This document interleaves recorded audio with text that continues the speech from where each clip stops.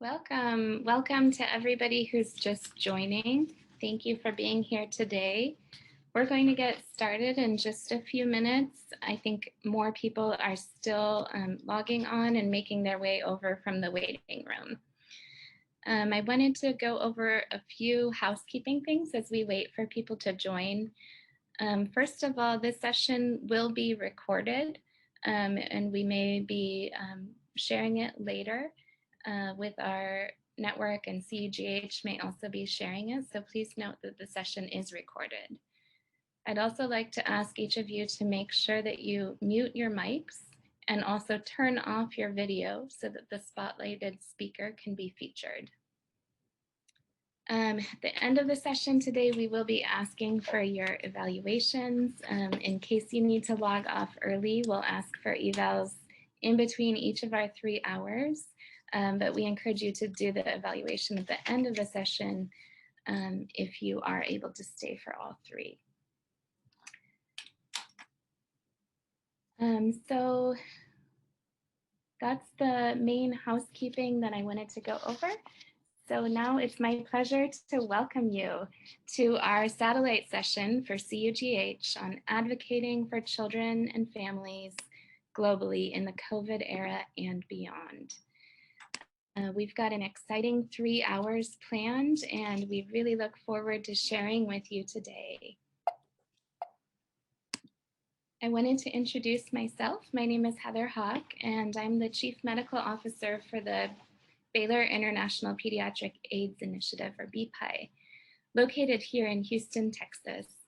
And we provide technical assistance to our network across the globe of Texas Children's Global Health and BPI sites. I'm going to tell you a little bit more about BPI and Texas Children's in a moment, but I also wanted to hear from you where all of you are joining from.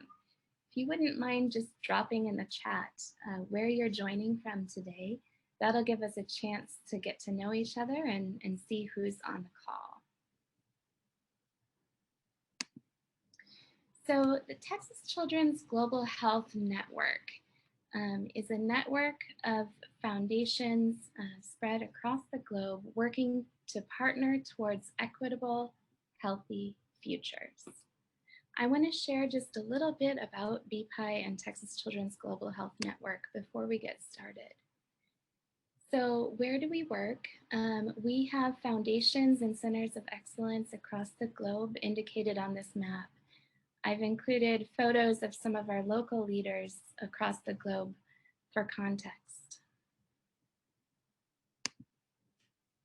And what do we do?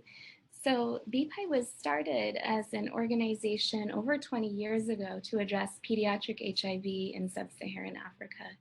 But over the past 20 years, the organization and network have grown and evolved to address many different areas, including child survival, maternal health, women's health, newborn health, child malnutrition, TB, oncology, sickle cell disease, cardiology, surgery, acute care. We do all of this through a health system strengthening, capacity building, and technical assistance approach in partnership with local governments. Today, we've planned a 3-hour multi-session panel to address children and women's health during the pandemic. And we've convened women and children's health experts and policy experts to discuss strategies to protect and expand the public health gains for child and family health globally at a time when health systems are challenged by COVID-19.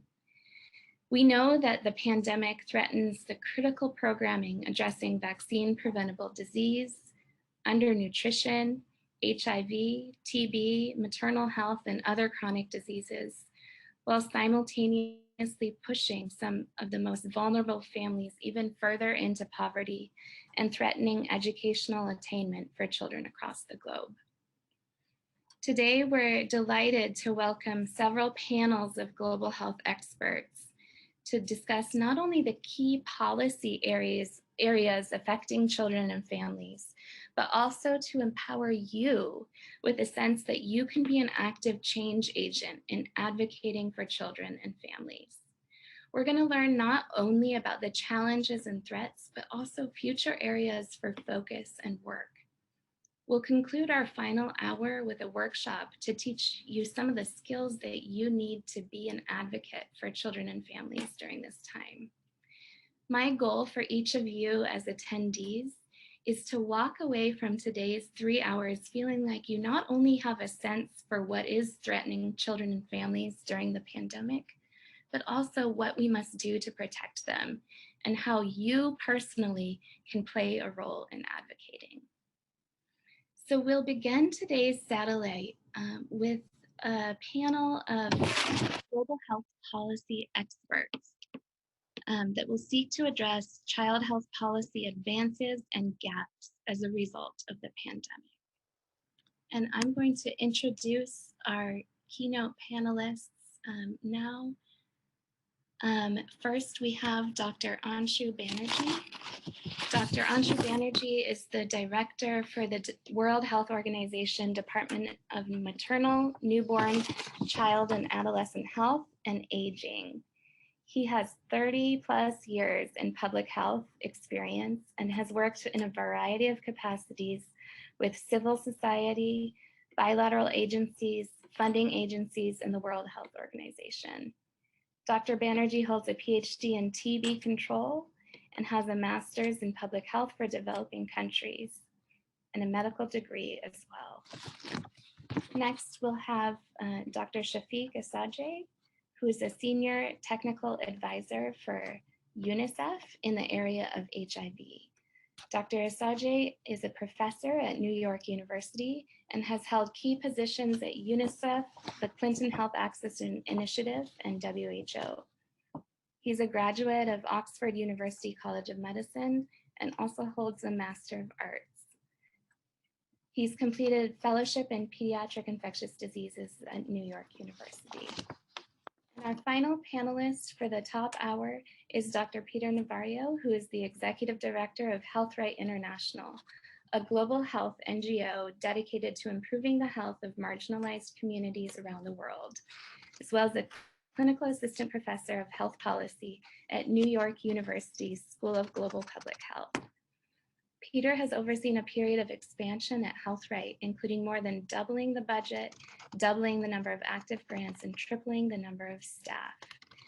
He also teaches courses on global health and global health diplomacy and public health policy and management.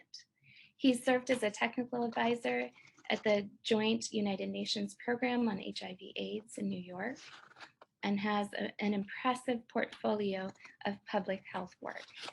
So we're excited to welcome the 3 panelists today, and I'm going to kick it off by inviting Dr. Anshu Banerjee to share his screen and give his remarks.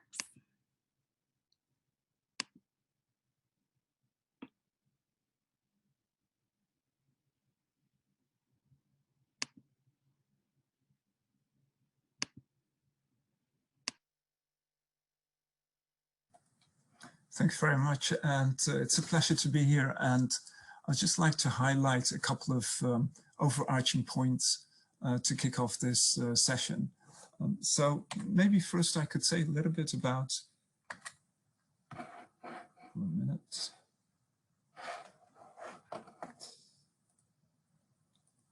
There we are. About some of the statistics that we are having at the moment. We know, for example, that we still have 295,000 mothers dying every year.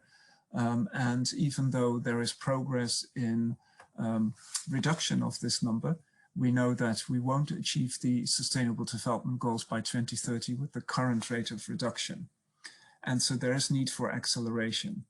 At the same time, we also know that we have still about 5 million children dying every year, of which 2.5 million approximately are dying in the first month of life.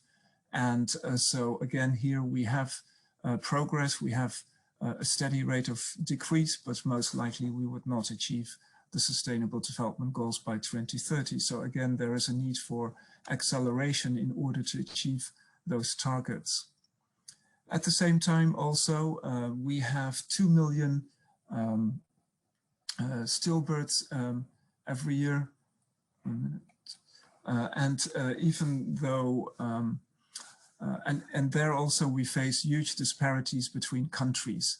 And so one of the goals that we have, of course, is that every newborn child will start with the same chances at life, and that every mother should have the same chance to have a healthy newborn baby. And so here we still see also that we have huge disparities globally. Another slide that shows inequities, and particularly here between income levels. For example, those families that have access to improved sanitation. In the poorest families, this is only 20%, while in the richer families, this is almost up to 100%. And even when it comes to access to services, for example, when we look at antenatal care, we see that in the poorest families, this is not even 40%, while in the richer families, this is more than 80%. So there's still a long way to go to achieve equity globally. A lot of the services are also not delivered with quality. We could avoid 1 million newborn deaths a year by improving the quality of care provided to mothers and newborns.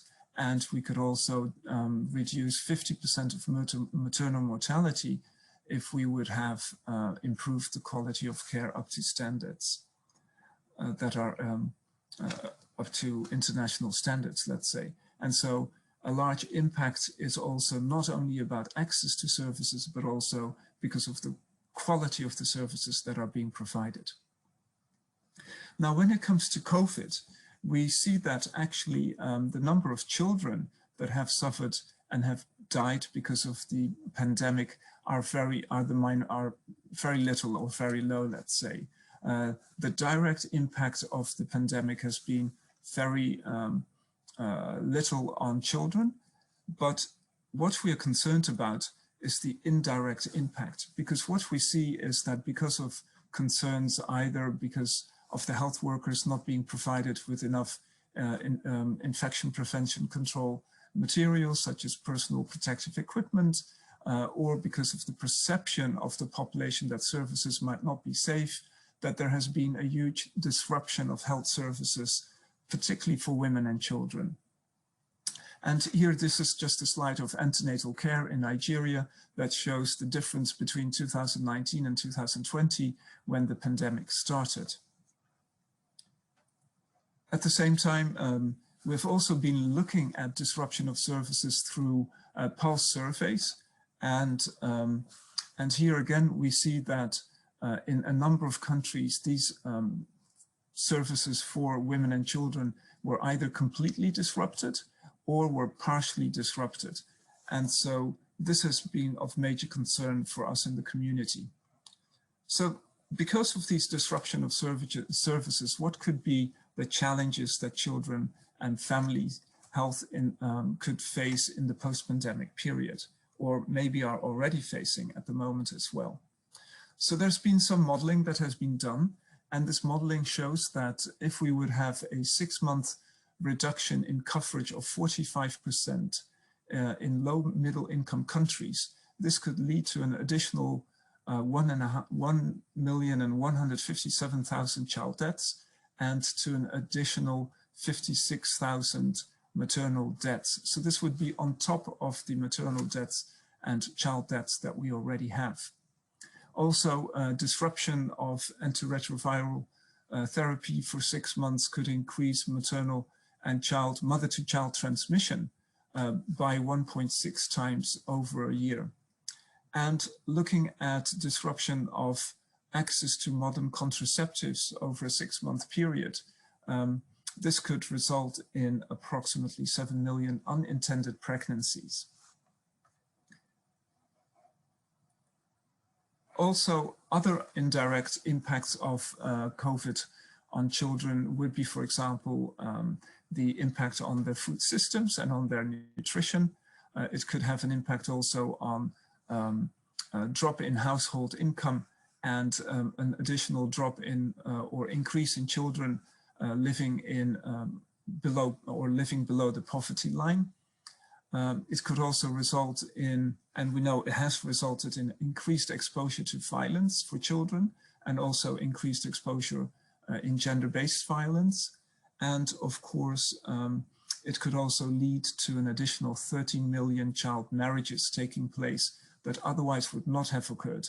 And these child marriages could lead to teenage pregnancies, could lead to increased maternal mortality, increased newborn mortality, etc. Looking also at schools, we know that many countries initially had put in place school policies for school closures, but we have learned that that has a very negative impact, not only in the learning of children, but also on their nutritional status, has increased social isolation, and has also increased child abuse. So looking at nutrition maybe a bit more in detail, what has been the potential impact of this pandemic is that it's been more difficult to implement the recommendations around childhood obesity. And for example, because of reduced access to fresh food, reduced mobility, increased screen time, reduced access to antenatal care, also around breastfeeding. Of course, there have been a number of countries that thought that it would be better to advocate or to stop or to recommend not to breastfeed, which we have not recommended, and our recommendations are that breastfeeding should continue. Disruption due to school feeding programs, and also due to access to counseling services. And we've also seen that, for example, for adolescents, closures of schools has also led to reduced access to services around mental health, but also around sexual reproductive health. Of course, many of these issues are multi-sectoral. So when we look at how to mitigate this reduction in issues around nutritional supply, we need to look at both supply side issues such as agriculture and fisheries, but also looking at the overall food environment on how children can be supported, and also looking at overall issues around diet and health, and for example on continuing breastfeeding and maintaining essential health services. So overall, we need to look at, let's say, the impact of support systems, and looking at services that were interrupted, and to make sure that those interrupted services are, can either be reopened, can either be provided through different mechanisms, and make sure that this covers multi-sectoral issues from childcare, school services, healthcare, food security, and social welfare. We need to look at the impact of the economic crisis on, for example, increased number of children going into poverty. We should also look at what we learned from school closures, looking at increased stress for children, looking at their mental health, but also at the mental health and support for caregivers and for families and for parents in order to be able to deal with these new settings and new situations. However, we should also be able to document mitigation strategies and identify lessons learned. And one of the examples I just wanted to highlight are the lessons around telemedicine and digital health. We've seen a huge step up, let's say, in how digital technology has been used. And there are different ways how telemedicine and digital has been used in order to make sure that services either are still provided, that training for healthcare workers has still continued, or in order to make sure that data collection still continues, and that communication with clients and populations are still continuing. So on the one hand, I think we need to learn how to mitigate the negative and indirect impacts of strategies, but we need to also see how we can learn from some of the positive things that have come out of the pandemic on how we have dealt with it, and make sure that services in future can benefit from those. Thank you very much.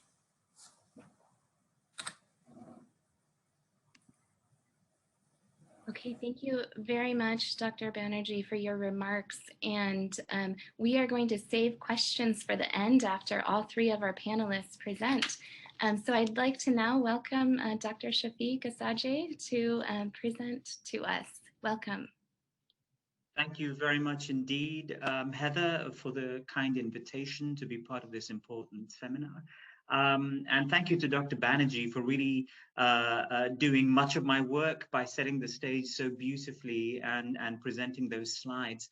I don't have any slides, but I did want to pick up on a couple of things that Dr. Banerjee noted. You talked, sir, about the declines in ANC attendance and in HIV care for pregnant women. That's, of course, a major issue. The legacy of that, as you noted, is a significant increase in the numbers of new infections in children, an area where we've made globally tremendous progress as far as preventing mother-to-child transmission is concerned. Back in 2001, 2002, we had close to 500,000 new HIV infections in kids every year, and that has steadily gone down, and now we're at about 150,000 new infections in children, due in large part to the significant increase in access to antiretroviral treatment for pregnant women. In Eastern and Southern Africa, many countries are now reaching more than 95% of their pregnant HIV positive population with services and antiretroviral treatment. So that's obviously been a huge public health win, and hugely impacted by the fact that in countries in sub-Saharan Africa, we saw declines of over 50% in ANC attendance, antenatal testing for HIV, and provision of antiretroviral treatment to pregnant women who are diagnosed as positive. Now, those numbers have now bounced back. The latest data collected through the WHO Pulse survey, as well as UNICEF's socioeconomic indicator surveys, suggest that the treatment levels have returned to the 2019 numbers, and that process sort of started off in October and has now reached more or less a normal level of functioning. But what is going to be the legacy of that lack of treatment for so long for women and for children? We are almost certainly going to see more new infections. We're almost certainly going to see increased mortality and morbidity amongst kids. And we're very likely to see problems with treatment resistance, with the development of HIV drug mutations resulting from suboptimal therapy amongst families that couldn't get access to care during the worst months of the lockdowns. So, you know, the impact hasn't really been felt yet. We haven't actually seen this or been able to measure what that looks like. And I think it's going to be, you know, several months down the line before we can truly appreciate what the consequences of this will have been for the pediatric HIV epidemic. But, you know, it's not all bad news. Programs have been remarkably resilient. And actually, one of the things that did not significantly decline, even in the worst months of lockdown, was access to treatment for children that had already been identified. As far as we can gather from the data that we're seeing collected by UNAIDS, especially, the levels of treatment coverage dipped somewhat, but not really significantly enough to really impact longer-term outcomes for kids. And I think that's really a testament to the way in which programs adapted when the lockdowns were put in place. Very, very quickly, we began to dispense medications for 3 months at a time. This is something that is sort of commonplace in the developed world, but was still a very novel practice in developing countries, and required adjustments in supply chain, in ensuring that drugs were available in pharmacies to be able to deliver in this way, and also in patient education to help them understand how to take their medicines and how to report on potential side effects given the longer period of time that they were getting prescriptions for. We've already heard a little bit about telemedicine. There have been a number of great examples from the HIV experience that speak to the way in which individuals were able to receive counseling support through telephone networks, through WhatsApp networks, and also actually being able to visit with their providers using video conferencing and WhatsApp video conferencing to be able to continue their medical care remotely. And I think what's been really interesting is that some of these kinds of lessons are relevant still and have forced us to create new ways of working to optimize the way in which we deliver health for HIV affected individuals. And the end result are more efficient, more flexible systems that are actually more resilient and can respond to the next pandemic or the next situation where services and patients are not accessible to each other. I also want to note that in almost all countries, we've really seen HIV staff, HIV public health leaders taking the charge in the COVID response. Of course, in the United States, Ambassador Deborah Birx and Tony Fauci became household names. Both of them are mavens of the HIV pandemic. They cut their teeth on HIV way back. And in the case of Ambassador Birx, she, until very recently, was the global ambassador for the US PEPFAR program. And even within countries, at the site level, we're connected with a number of sites in sub-Saharan Africa through network partners such as the Pediatric AIDS Treatment for Africa Network. And what we've learned is that it was often the HIV clinicians who were already trained in infectious disease, already familiar with handling new and complex challenges, and the issues of delivering chronic care and handling sick clients. These were the ones who were at the front line of delivering services for individuals that were affected by COVID. So a real important contribution to the capacity of countries to handle this response was delivered by the HIV programs.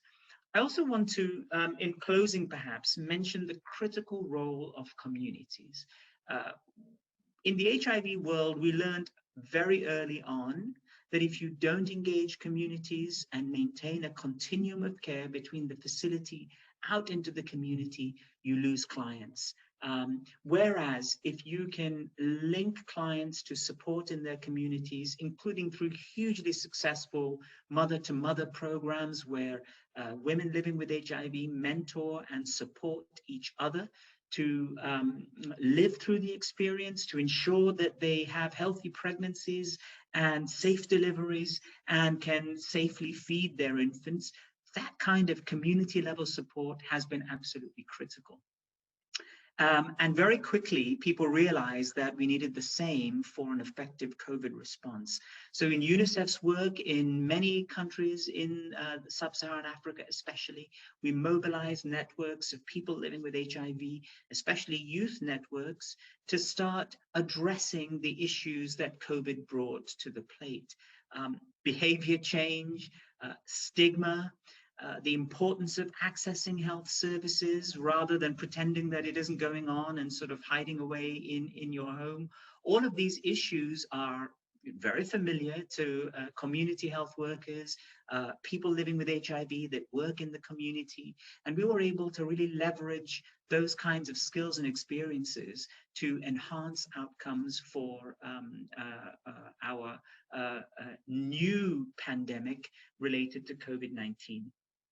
So I think, you know, there's a tremendous amount that we can learn, of course, from COVID, and really, you know, sometimes the necessity is the mother of invention. And so through the resilience that we've seen in country programs, I think we've figured out really novel ways of making things work that build and create more effective, more efficient, and ultimately more resilient services for the future. Let me stop there so that we have time to be able to answer questions at the end. Heather, thank you very much, and back to you. Thank you so much, Shafiq. It's really wonderful to hear examples from the field of HIV and pediatric HIV as far as what we've learned from HIV and are able to apply to COVID, and how COVID has inspired resilience and adaptations amongst our programs. So thank you so much for your remarks, very insightful. I'm now going to invite our final panelist, Dr. Peter Navarro, to give his remarks. And then after Peter's remarks, we will have a Q&A session for all of our panelists. Peter, you're welcome. The stage is yours. Great, thanks, Heather. And thanks for inviting me to be part of this great discussion. It's also on a very personal note, it's nice to be part of this, just because I started working with Baylor International Pediatric AIDS Initiative back in 2001, very soon after its founding, and sort of it was at the very beginning of my public health career. So it's a real pleasure to be back and speaking with you today. I'm going to quickly get this set up and share my screen. I have a brief presentation.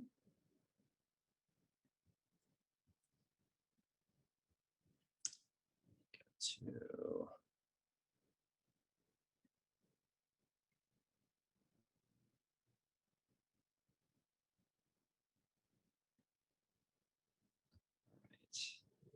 hopefully folks can see this. We see it. We are seeing the presenter view. Presenter view, okay. Let me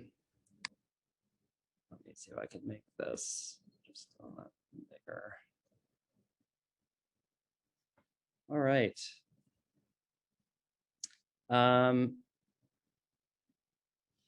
So thanks again for having me. I think my remarks sort of bring together some of what Dr. SG and Dr. Banerjee mentioned in theirs.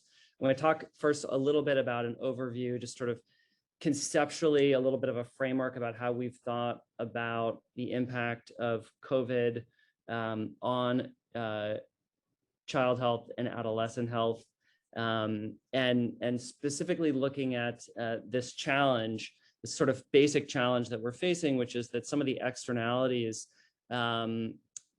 some of the negative externalities associated with COVID response measures have had on vulnerable children and adolescents. And I will speak a little bit in a moment about what Dr. Essig talked about, which is it's also, I think, there's a real opportunity that COVID has presented to kind of accelerate creative thinking and innovation around delivering solutions for children and adolescents that probably would have been coming eventually, but COVID has sort of accelerated the need to develop new ways of thinking about addressing some of these the health challenges that have been sort of abridged by some of the shutdowns and some of the pandemic prevention measures. So we've been thinking about this sort of in four different buckets.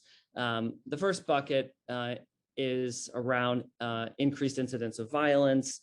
The second is around decreased access to essential care. Dr. Banerjee talked a lot about this, and Dr. Essig talked specifically about the issue of HIV in this category. We're looking at through the lens of increased food insecurity for children and adolescents. And then fourthly, through the additional mental health challenges that children and adolescents are facing. And perhaps I'll spend a little bit more time on the issue of mental health challenges, given the fact that some of my colleagues have covered some of the other areas really, really well. In terms of the drivers of increased violence, I think folks are probably fairly familiar with some of the drivers here. The loss of parental care is a key driver as children are displaced and moved to other housing situations that may be less safe. The loss of employment, income, and depletion of savings has increased economic pressures. There's potentially greater exposure to perpetrators of violence as children are more restricted in their movements. The interruption of child protection services has been documented around the world. Dr. Banerjee mentioned this in his talk. UNICEF did a very large study that covered the vast majority of its program sites around the world. And those sites sort of cover about 2 billion challenges. And they found that 2/3 of countries experienced an interruption in child protection services, and that home visits and case management were the most likely to be interrupted. There are fewer opportunities to report violence in the context of COVID.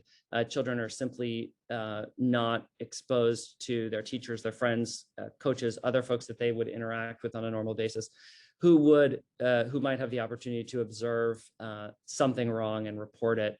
And we've also seen, unfortunately, an increase in gender-based violence, including sexual violence and trafficking. UNFPA has estimated that there's, in the past year, there's been an additional 31 million cases of gender-based violence, an additional 13 million child marriages, which Dr. Banerjee also mentioned. I won't spend too much time on the issue of decreased access to essential care. Obviously, that we have concerns around interruptions to routine and chronic care, particularly in areas where HIV, TB, and malaria where there's a high prevalence of HIV, TB, and malaria. And obviously, there are concerns also around access to antenatal care and the ability to deliver in a facility with skilled birth attendants.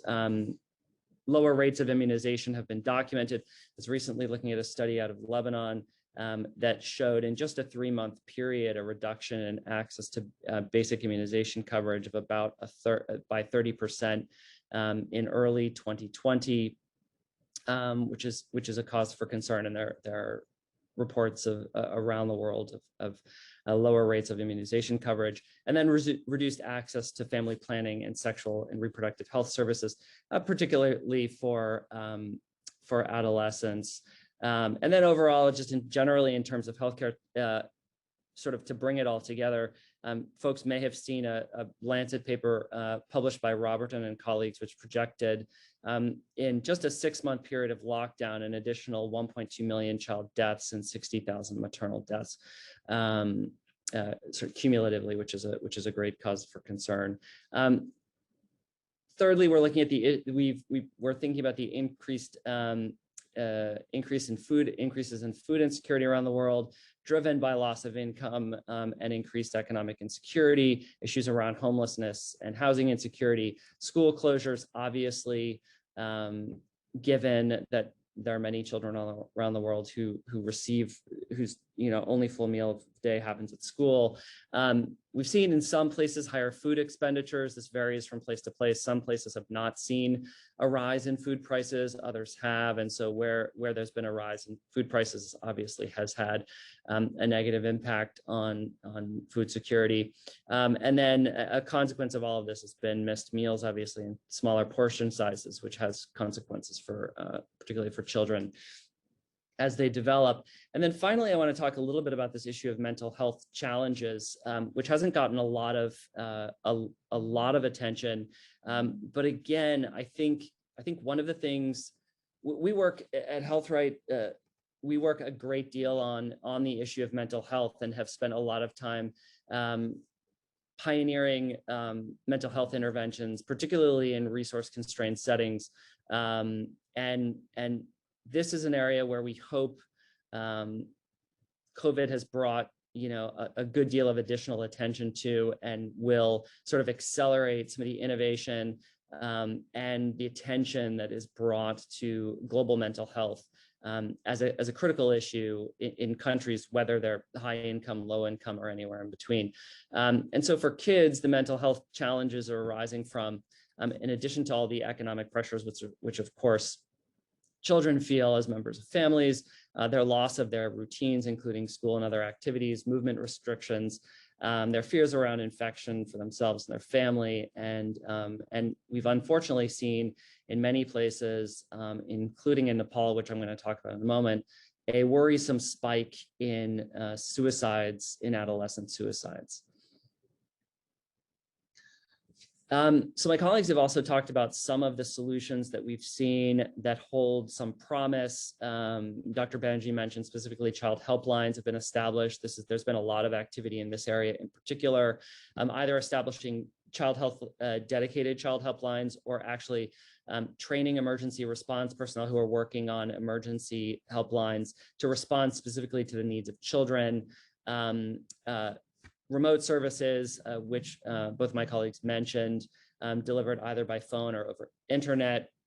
We've done a lot of work around GBV in Ukraine, both in the wake of COVID and the conflict on their eastern border with Russia, with internally displaced folks, around delivering remote services, mental health and gender-based violence prevention and referral services remotely using phone and internet. There's been some innovation in the GBV space around disseminating information, messaging, referral information alongside COVID commodities. So you see a little bit of response integration there, which we think is a particularly promising strategy. In some countries, we've seen child protection services deemed as essential, and counselors and social workers who work in the child protection sector deemed as essential workers, so that during emergencies and pandemics, these services continue and the workers are able to continue to deliver services. So that's a very promising policy intervention. And we've seen that in Kenya specifically. Schools have been converted to shelters to address housing and food insecurity. And I've put an asterisk here because obviously there have been also real concerns that have come as a result of closing schools. This is a sort of a positive use of the spaces which exist, even often in rural communities. And then obviously looking at strategies to reopen schools safely. So with that overview in mind, I wanted to drill down. My colleagues and I are working on a manuscript at the moment that looks at sort of the policy and practice environment in the context of COVID, specifically in Nepal. And so I thought I'd just give you a little bit of a sneak preview of what we found, a little bit of a deep dive, a little bit of a case on some of the policies and programs that we've seen in Nepal. So this was this actually came out of both out of in the context of COVID, but also on the heels of a recent project that we implemented with our colleagues at NYU Langone, a project called Teacher Core, which is basically a task shifting model that sort of upskills teachers to address child mental health promotion and become sort of nodes of referral for services. And I'll talk a little bit about in a minute about the impact of that work.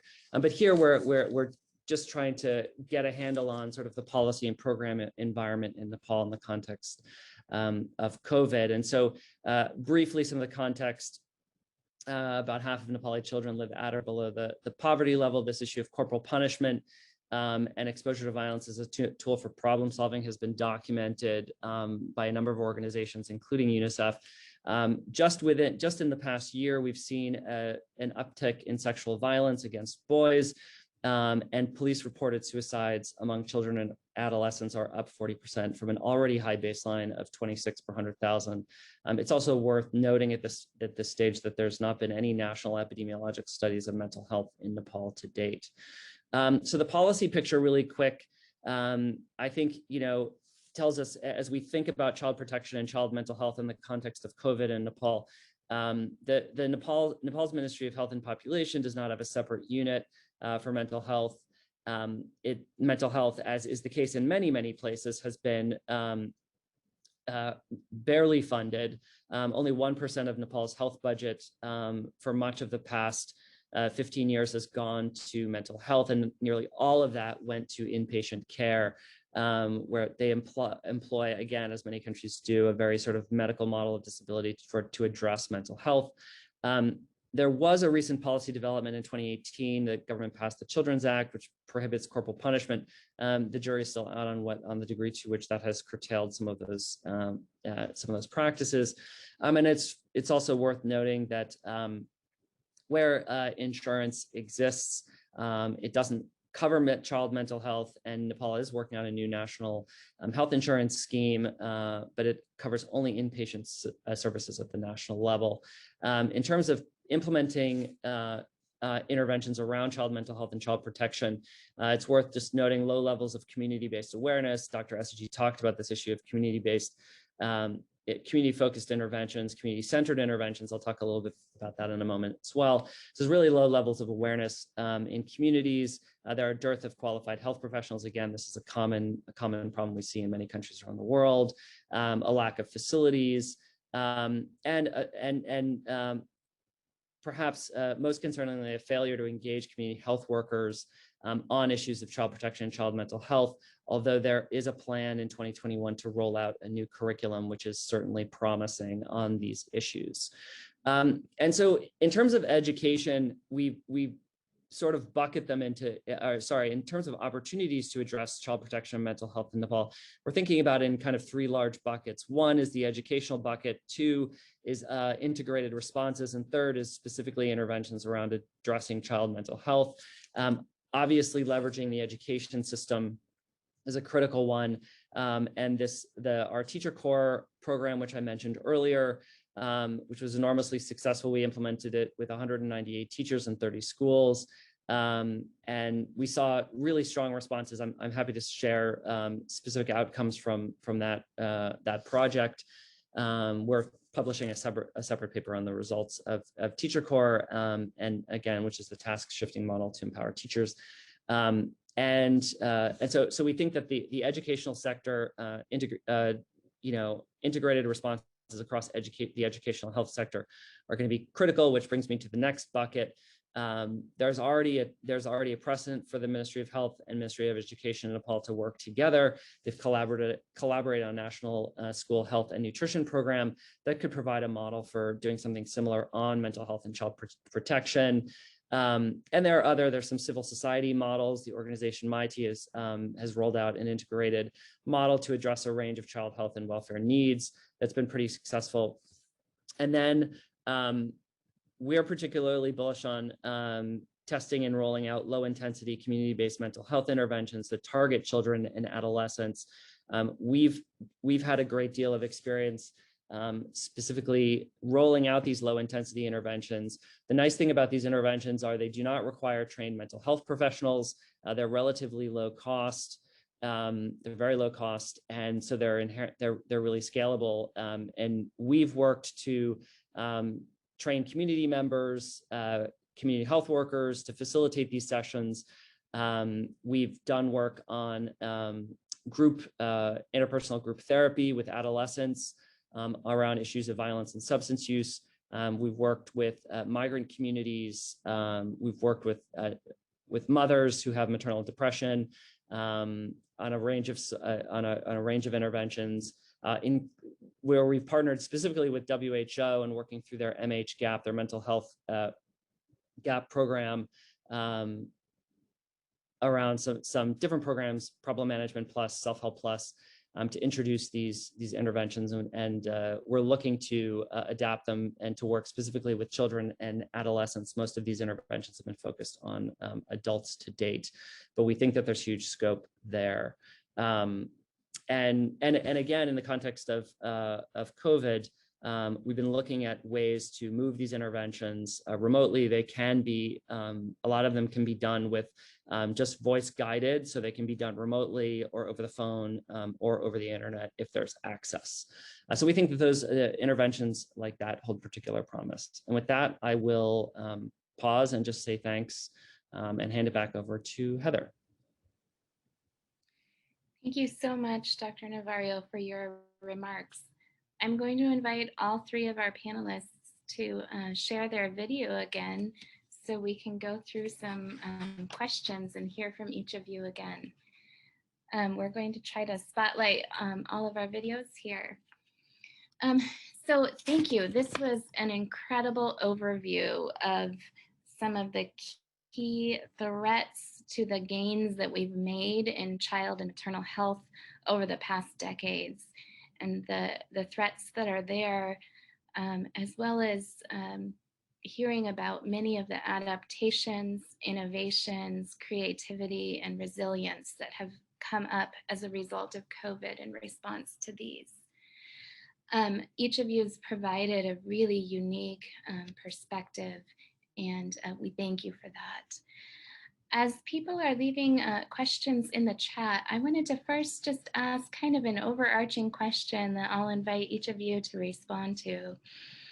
And that is that, we've seen many threats to our gains during the pandemic, but also we've heard about these remarkable examples of innovation and resilience. Which aspects of innovation and adaptation do you think might stay with us even after the pandemic and have potential to improve child and family health for years to come?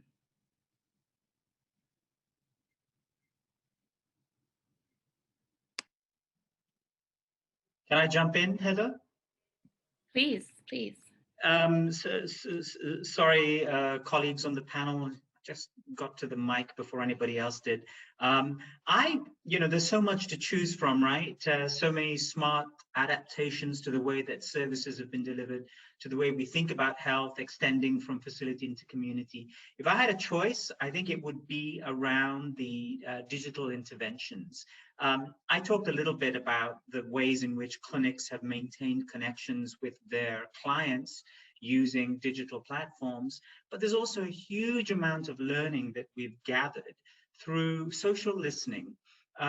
Using existing networks. UNICEF has a huge global platform called U-Report, which is a bidirectional instrument for sending out messages as well as soliciting feedback from individuals and giving them information.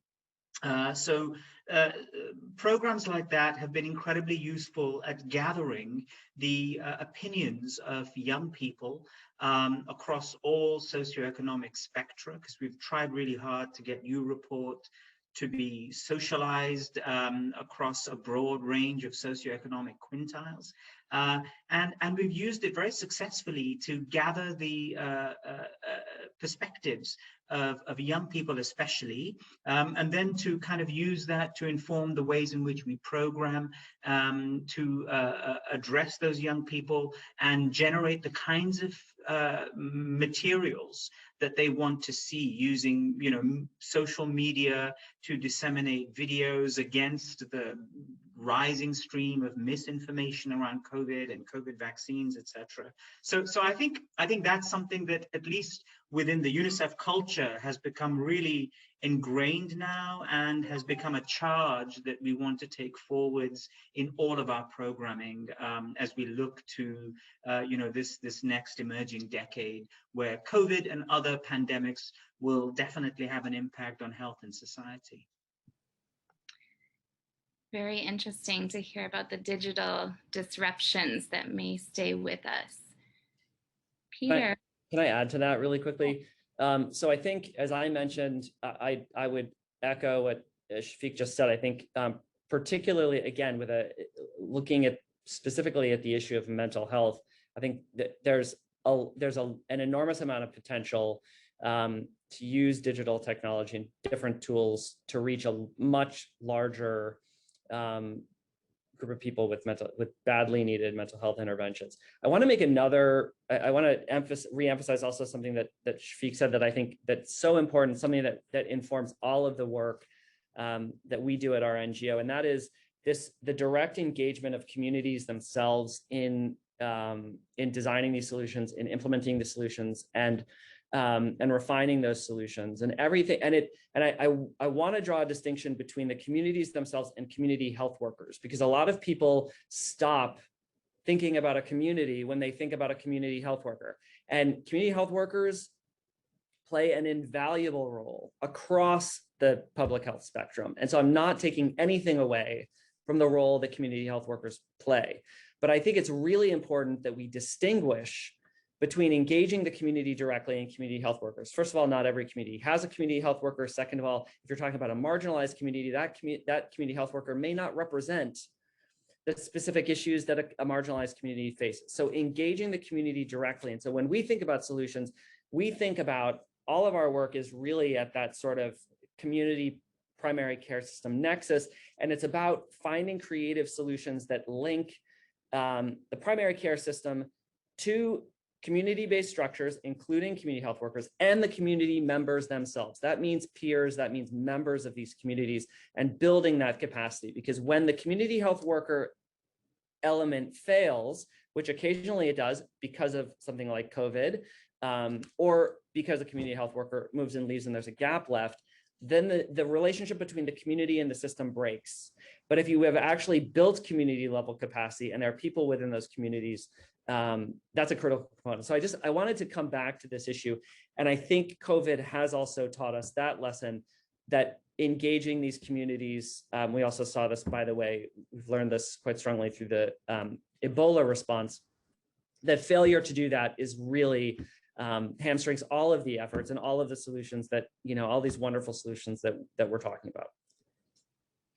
Yeah. Just like to add 2 points to that. One, I totally agree. The digital space is very interesting for us to look to at for the future. One is that people don't have to be literate. Messages can be given through recordings, let's say. So you don't have to type in your chat message. You can speak your message.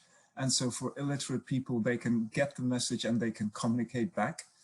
And I think the other thing is, and I now forgot the second point, the digital, but we still have a digital divide. So I want to highlight that on the one hand, yes, the digital platforms are really useful. That's, the future. But at the same time, we also still have a digital divide that we shouldn't neglect. And we should also make sure that those people who don't have access to that can continue to get their services. Absolutely. So I think those are all excellent points. And Peter, I also liked your point about community-driven solutions. And hopefully this is something else that's going to stay in the global public health response, and having solutions driven by the communities in which they are experiencing the situation. So maybe in our last few moments, what lessons can we learn from the first year of the pandemic in terms of vaccine rollout and ensuring that we have equitable rollout of vaccine? Big question for just 3 minutes. So I don't know who wants to take a stab at that. Maybe I can kick off. Our Director General always says that, this is a very important issue, that we are a global community.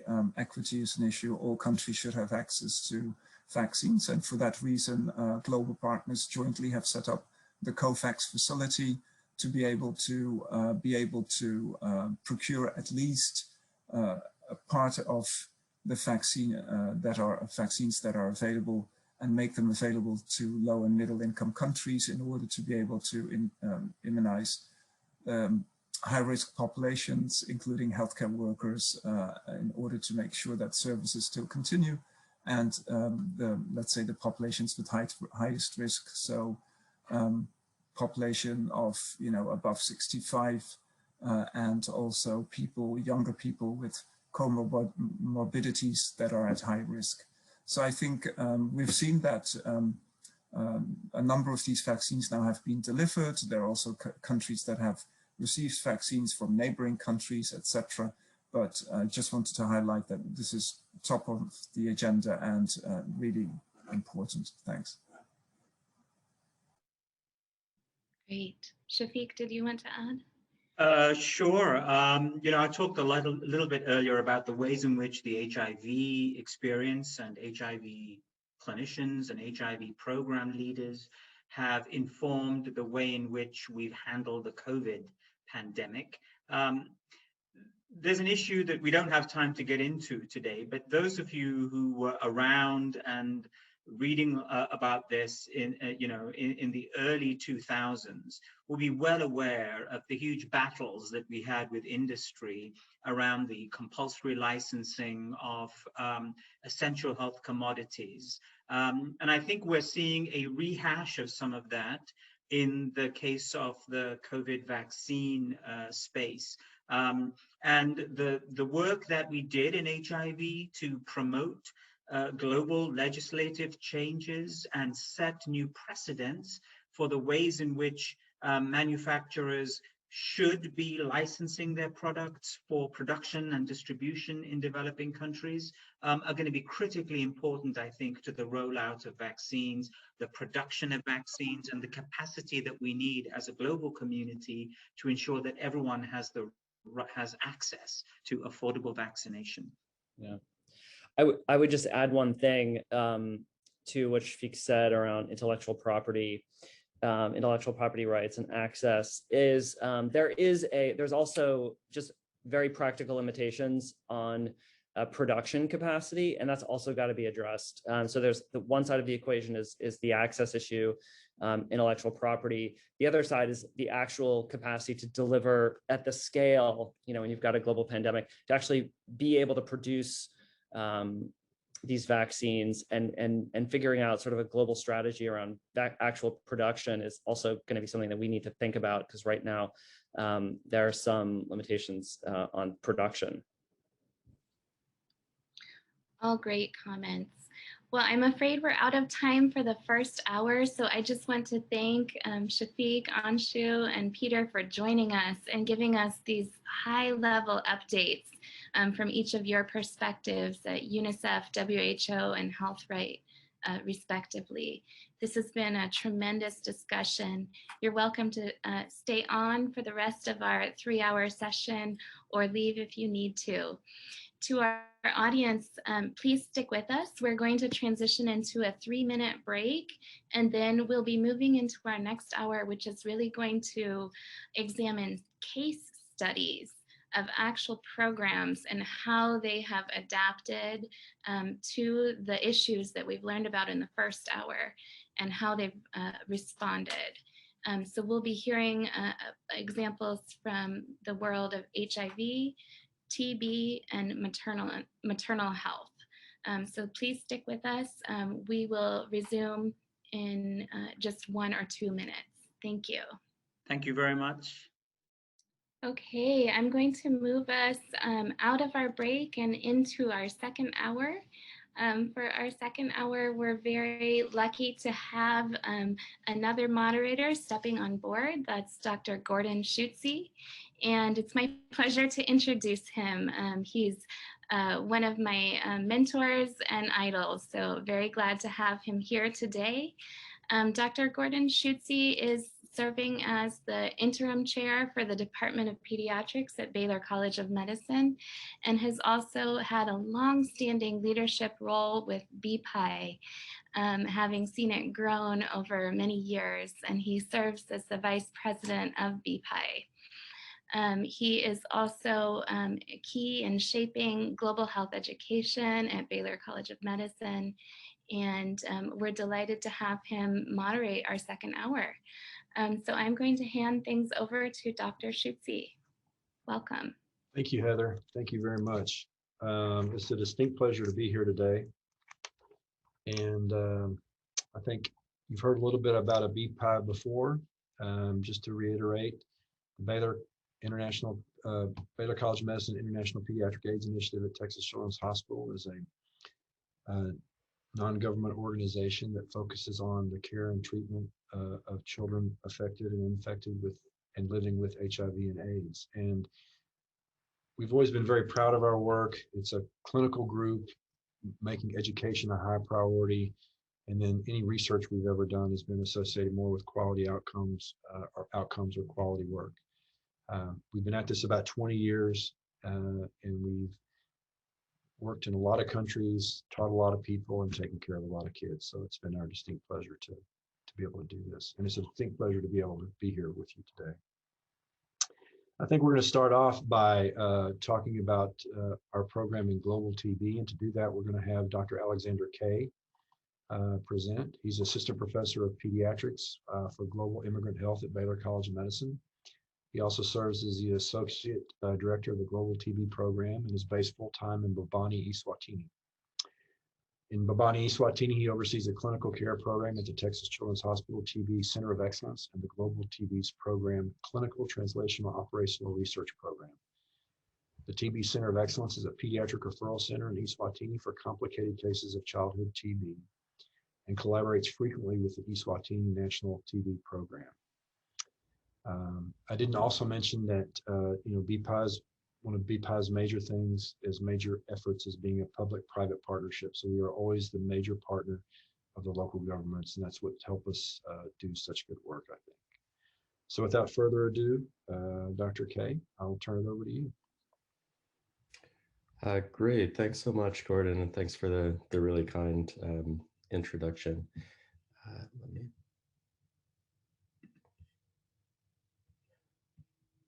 Great. So I'll try to briefly present some of our team's activities in Eswatini over the course of the last year, focused on maintaining TB services through the COVID-19 pandemic. So the objectives of this brief talk today are going to be to review the impact of COVID-19 on global tuberculosis epidemiology. We'll look at COVID-19 disease in patients with TB and HIV. And then we'll briefly touch on some strategies that our team has been able to use to navigate TB management during the COVID-19 pandemic. So very briefly, when we're thinking about epidemiology of COVID-19 and tuberculosis, obviously COVID-19 has been devastating, resulting in over 2.5 million deaths globally. But it's worth pointing out that tuberculosis is also an annual pandemic that has been causing between 1 and 3 million deaths per year since 2000, and obviously for many years before that. Even this year, it's worth pointing out that TB deaths in countries that are Global Fund eligible have far outstripped those that have been documented for COVID-19. So we do really need to remember TB even as we're coping with COVID-19. Part of the reason for the reduction in the impact that COVID-19 has had, at least in sub-Saharan Africa, may have been due to the really decisive response that many countries in the region took when the pandemic was really in its nascence. So countries induced or introduced restrictions on movement, began organizing for PPE, and began reallocating human resources in March of 2020, when at that time there were only 1,700 documented cases in the region. And this almost certainly slowed COVID-19, but it also put some challenges on maintaining or strained healthcare delivery for TB and HIV. And malaria, other infections that are common in the region. The TB community identified the potential impact that some of these changes that COVID-19 was bringing about might have on TB service delivery, such as reduced access to diagnostic treatment and preventive services, increased TB transmission due to delays in diagnosis, and then supply chain interruptions. And the Stop TB partnership, in collaboration with Imperial College and Johns Hopkins, began modeling what some of those changes could look like in terms of TB cases and mortality, and suggested that even with a lockdown of just 2 months and a 10-month return to services, we could be potentially looking at millions of excess cases of TB and millions of excess deaths due to TB over the next 5 years. Unfortunately, we're seeing some evidence for this in the 2020 WHO Global TB Report from some of the highest burden countries in the world. You'll see in the panel on the left of your screen dips in TB case reporting of up to 50% from pre-pandemic levels. And the WHO has then gone on to model the time on the y-axis that those decreases are sustained versus the overall decreases in percentage, and translated that into estimations for excess TB deaths for the year 2020. So unfortunately, some of the modeling that was done at the beginning of the pandemic may be bearing out.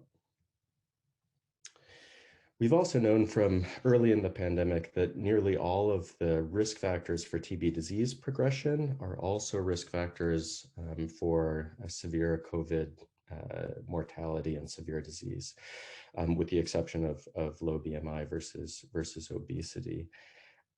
So we know that these two disease processes are going to overlap globally, both because they're obviously both very common and prevalent, and also because many of the same risk factors for TB contribute to severe COVID disease. We didn't know early on in the pandemic what impact HIV and TB might have on COVID-19 outcomes. And there is some emerging data from South Africa that does suggest that HIV and TB both, in fact, do increase the risk of COVID-19 related death, not to the extent that age and uncontrolled diabetes do, but still to a significant extent. So we do need to consider our patient populations living with HIV and tuberculosis as high risk for severe COVID-19 outcomes. Early in the pandemic, the WHO published some guidance about maintaining tuberculosis services that we took to heart at the global, or with Baylor and the TB and HIV programs. The WHO identified that COVID-19 response was going to bring up a lot of challenges for TB programming, and some of the solutions that they suggested were community care for maintaining continuity of TB services, knowing that many patients were going to struggle with transportation to facilities during this time. They identified areas where tuberculosis expertise could come and play a role supporting the COVID-19 response with respect to infection control and prevention.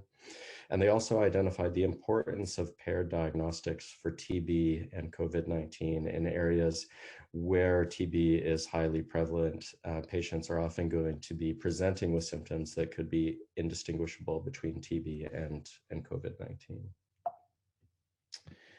We were very lucky to be in a position to address some of these suggestions with respect to our response to the maintaining TB services in light of the COVID-19 pandemic. So we were finishing up a community TB program funded by the TB Reach initiative in March of 2020. And that program was really designed to provide community household TB contact management for households affected by TB, knowing that even before the COVID pandemic, transportation was an issue for many of our patients in terms of accessing services.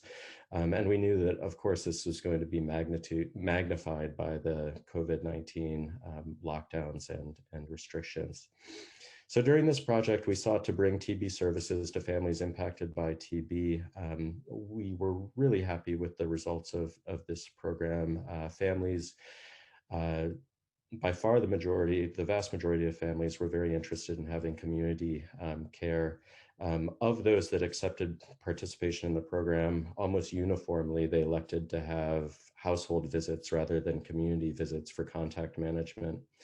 And in terms of those eligible for TB preventative therapy, greater than 90% accepted TB preventative therapy, and over 90% of those completed TB preventative therapy through this program of community service delivery.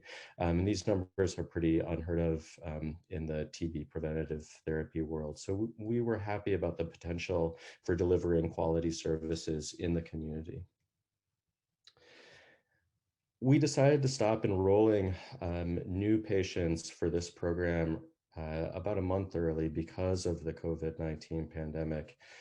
And we immediately looked for ways to transition this program into a program for our existing patients on TB preventative therapy, but also our patients enrolled at the TB clinic who were being treated for TB disease. This was in light of the WHO recommendations surrounding community service delivery. And so we essentially offered community-based care to all of the 33 patients that we had under TB treatment at the time, or in March of 2020. And 97% of those patients elected to have their care at home. And essentially how this worked is we did a phone consultation with the patient. A nurse did a phone consultation with the patient prior to the community visit, reviewed any problems they might have, and then during the community visit brought their antiretroviral therapy, brought their TB medications, and then really offered all the services that they would have at the clinic without the patient having to travel or potentially be exposed to COVID-19 either in transport or at the clinic.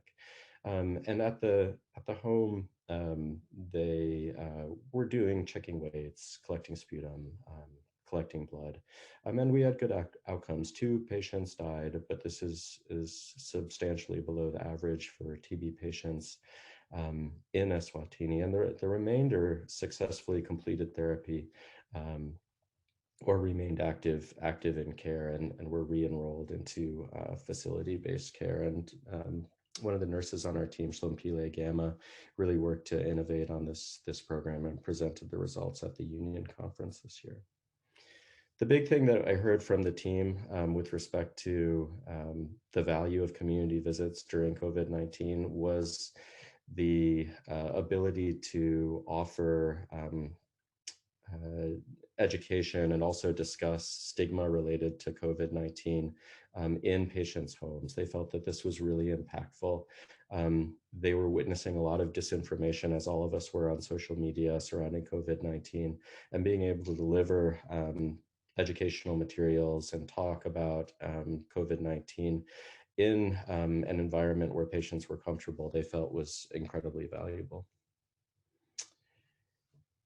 Our team had a lot of skills that were able to contribute to the COVID-19 response. They're case finding experts, they're experts in respiratory disease management, they're infection control experts.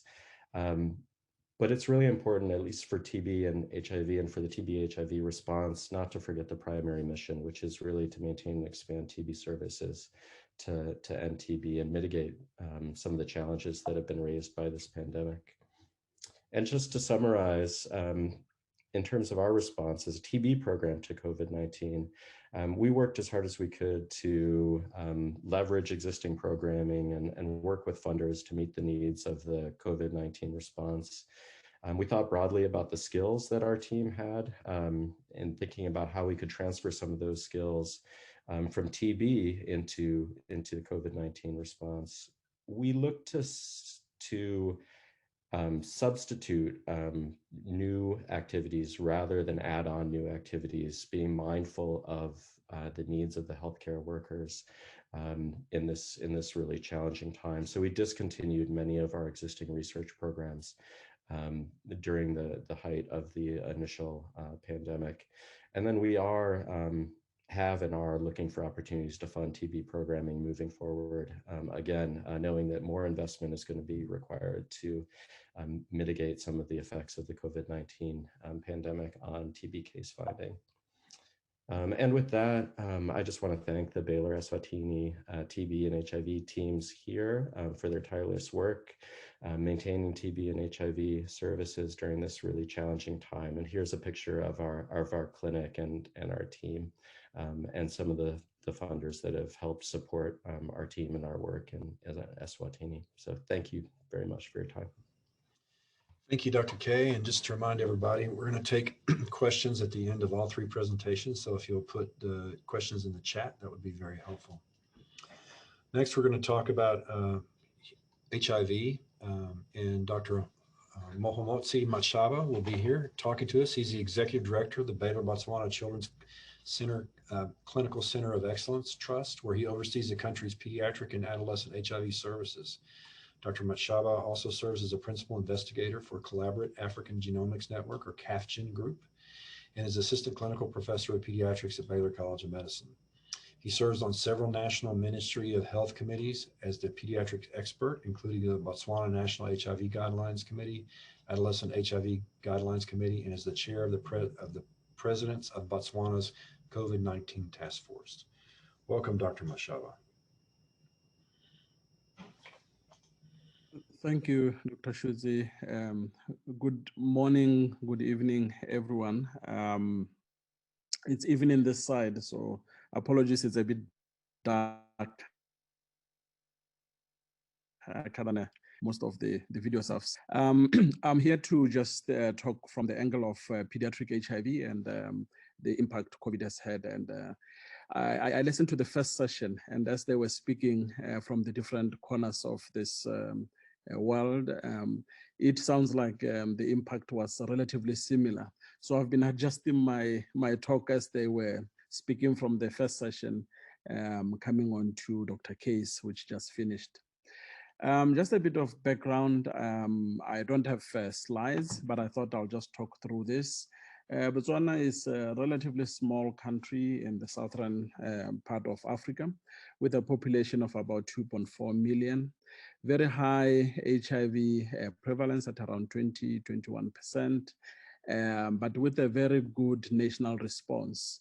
As Botswana Baylor, we've been part of this response from the beginning, from the mid-90s essentially, all the way up to now, as the primary partner that Dr. Shuzi talked about, that we partner with government. Because some of the challenges have been touched by many other speakers so far, the usual pediatric challenges in HIV care pertained even before COVID. That is essentially early infant diagnosis, treatment issues that come with young children. Then you move on to adolescence, where you get a lot of issues with psychosocial support and other concerns, and then transition. So all of these issues, I think, are similar across the world, and we faced the same just before this. As an example, when you look at EID coverage before COVID, we were around 2016, around 43% at 6 weeks. But by 2019, we moved to around 82%. These are national data from the Ministry of Health. Obviously, once the COVID pandemic hit in March, April of last year, the concern was all of these gains would be reversed by this impending doom. I think from the beginning, just like Dr. K's presentation, we sat down and modeled and looked at what would happen in terms of COVID spread in the country, and then came up with mitigation strategies. We took a hard lockdown 2nd of April that took about 5 weeks. And during that time, obviously, a lot of services were impacted. So we had to essentially adapt for our program to maintain its high levels of success that we are used to. Fast forward a year later, we have done relatively well from the perspective of COVID. We are at around 30,000 cases, 332 deaths. And we are currently at one of our biggest surges because, again, of the benefits of the lockdown and very strict movement control that came afterwards as we emerged from lockdown. So what naturally happens, I think many of the speakers have already touched on, is you affect access to care. So with a fragile system where EID rates, for example, were concerning, we are really worried, and we are currently working with the UNAIDS, UNICEF, and crunching our numbers for 2020.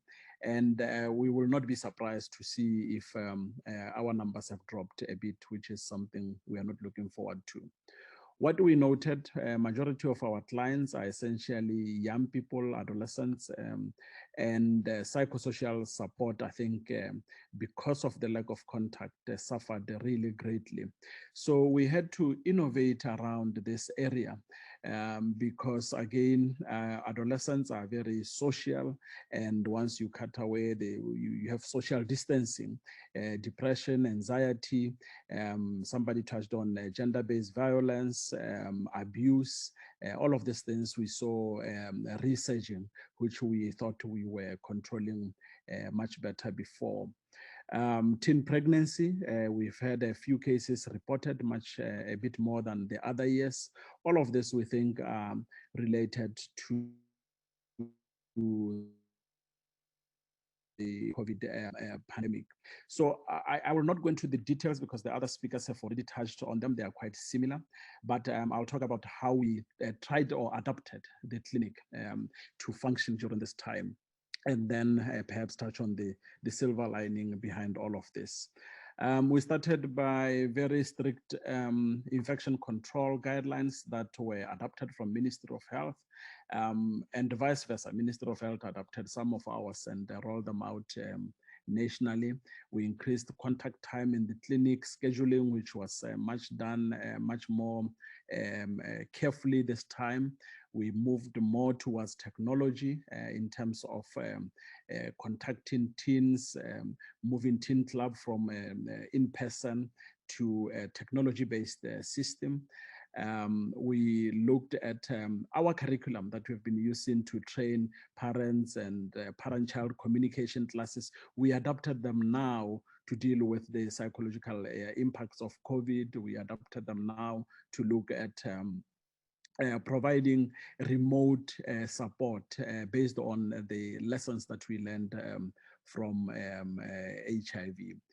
And then I think you did mention, Gordon, that we were nominated to become part of the National COVID Task Force. And I think all of this is because of the experience that we garnered during the HIV epidemic days.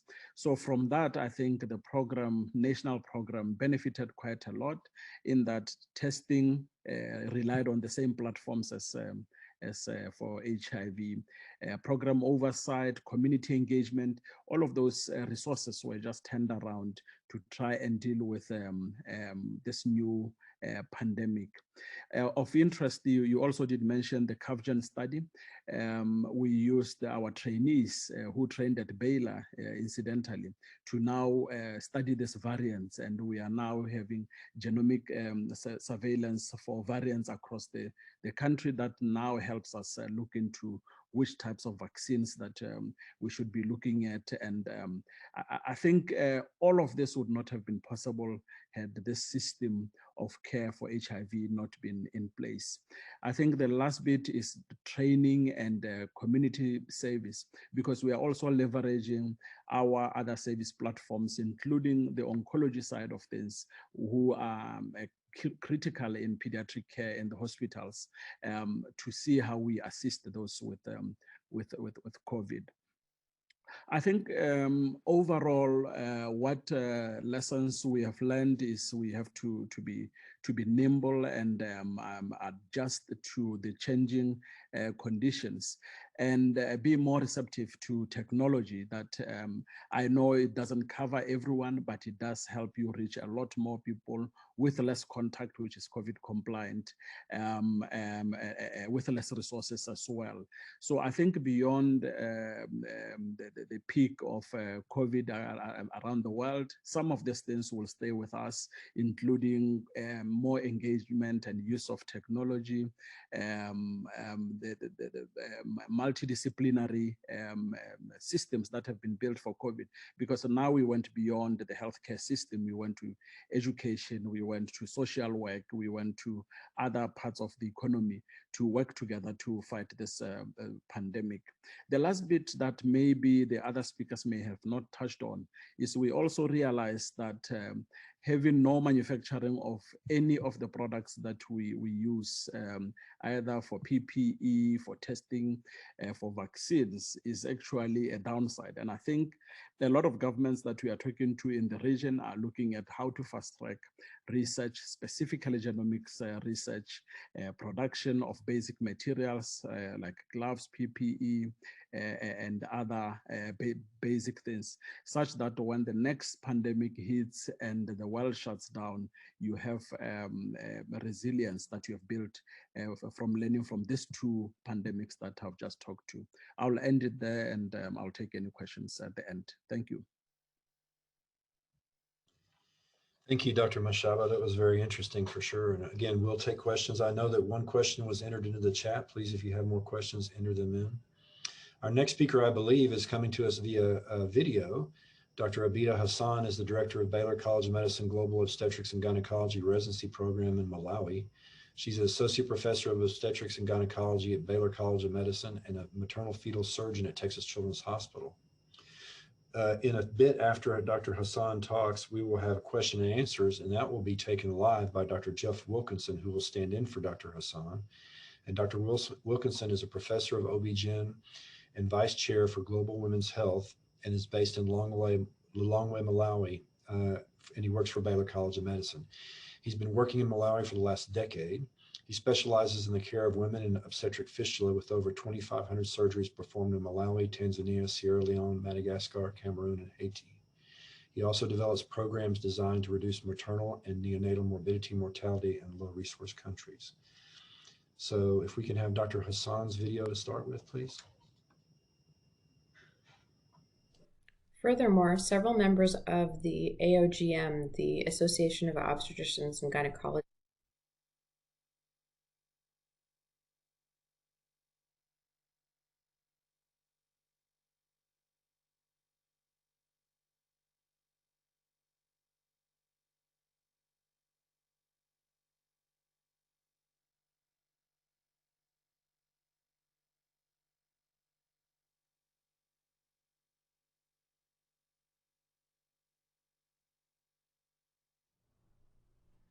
Good morning, good afternoon, good evening. My name is Abida Hassan. I am a maternal fetal medicine subspecialist at Baylor College of Medicine, Texas Children's Hospital. I have a dual membership in both the maternal fetal medicine divisions as well as the Global Women's Health division. So I spend part of my year in Houston, Texas, as well as in Lilongwe in Malawi.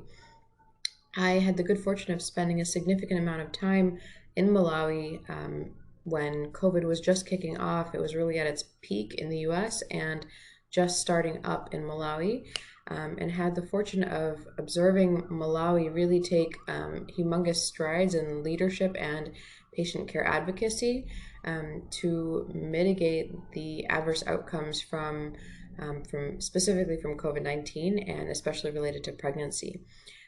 I'll demonstrate some of those favorable outcomes and strides that Malawi made through an artificial case report.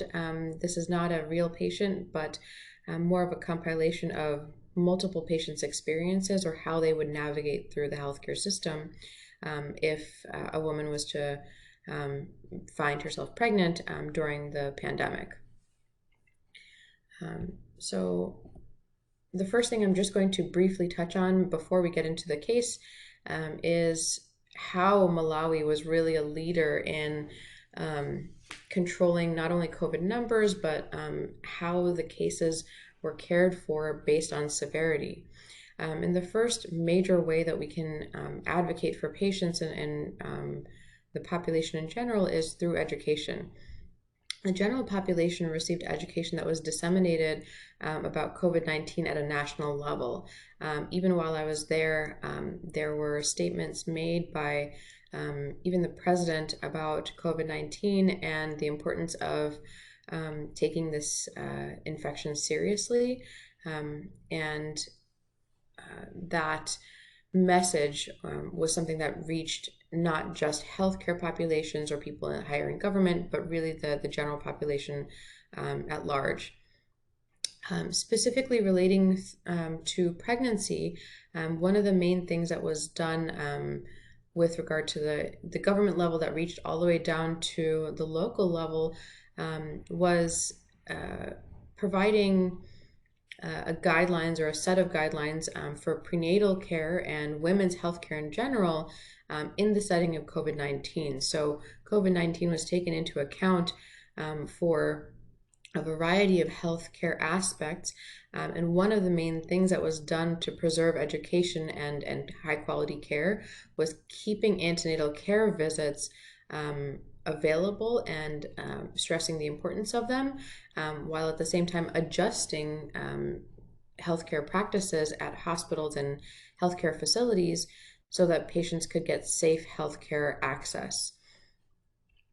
On the flip side, healthcare workers were highly educated and very rigorously trained to take care of patients with COVID-19 and in the setting of COVID-19, because obviously not everyone has COVID-19, but you've got to treat everyone as a suspect and protect other people from yourself as well because of the risk of asymptomatic transmission of COVID-19 in particular.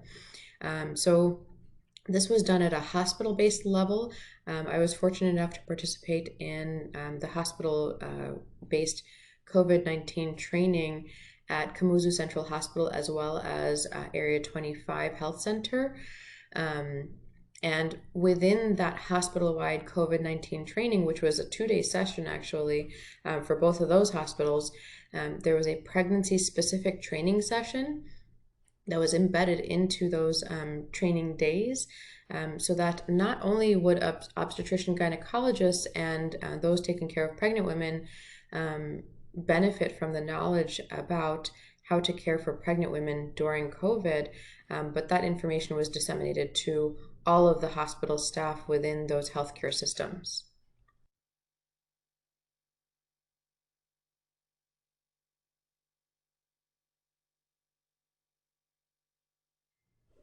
Furthermore, several members of the AOGM, the Association of Obstetricians and Gynecologists of Malawi, actually came together to develop weekly webinars that would cover new and upcoming information about COVID-19 and pregnancy. And this was disseminated not only were members of AOGM welcome to join, but this was widely broadcast throughout the country, so that front care healthline workers would receive as much updated data and information to take care of pregnant patients as possible. So we'll move on briefly to our abstract patient case to, as I mentioned, illustrate how a person might move through the healthcare systems if they were pregnant during times of COVID. So for our purposes, we have patient MM. She's a 25-year-old gravida 1 para 0 who presents to established prenatal care at about 18 weeks of gestation.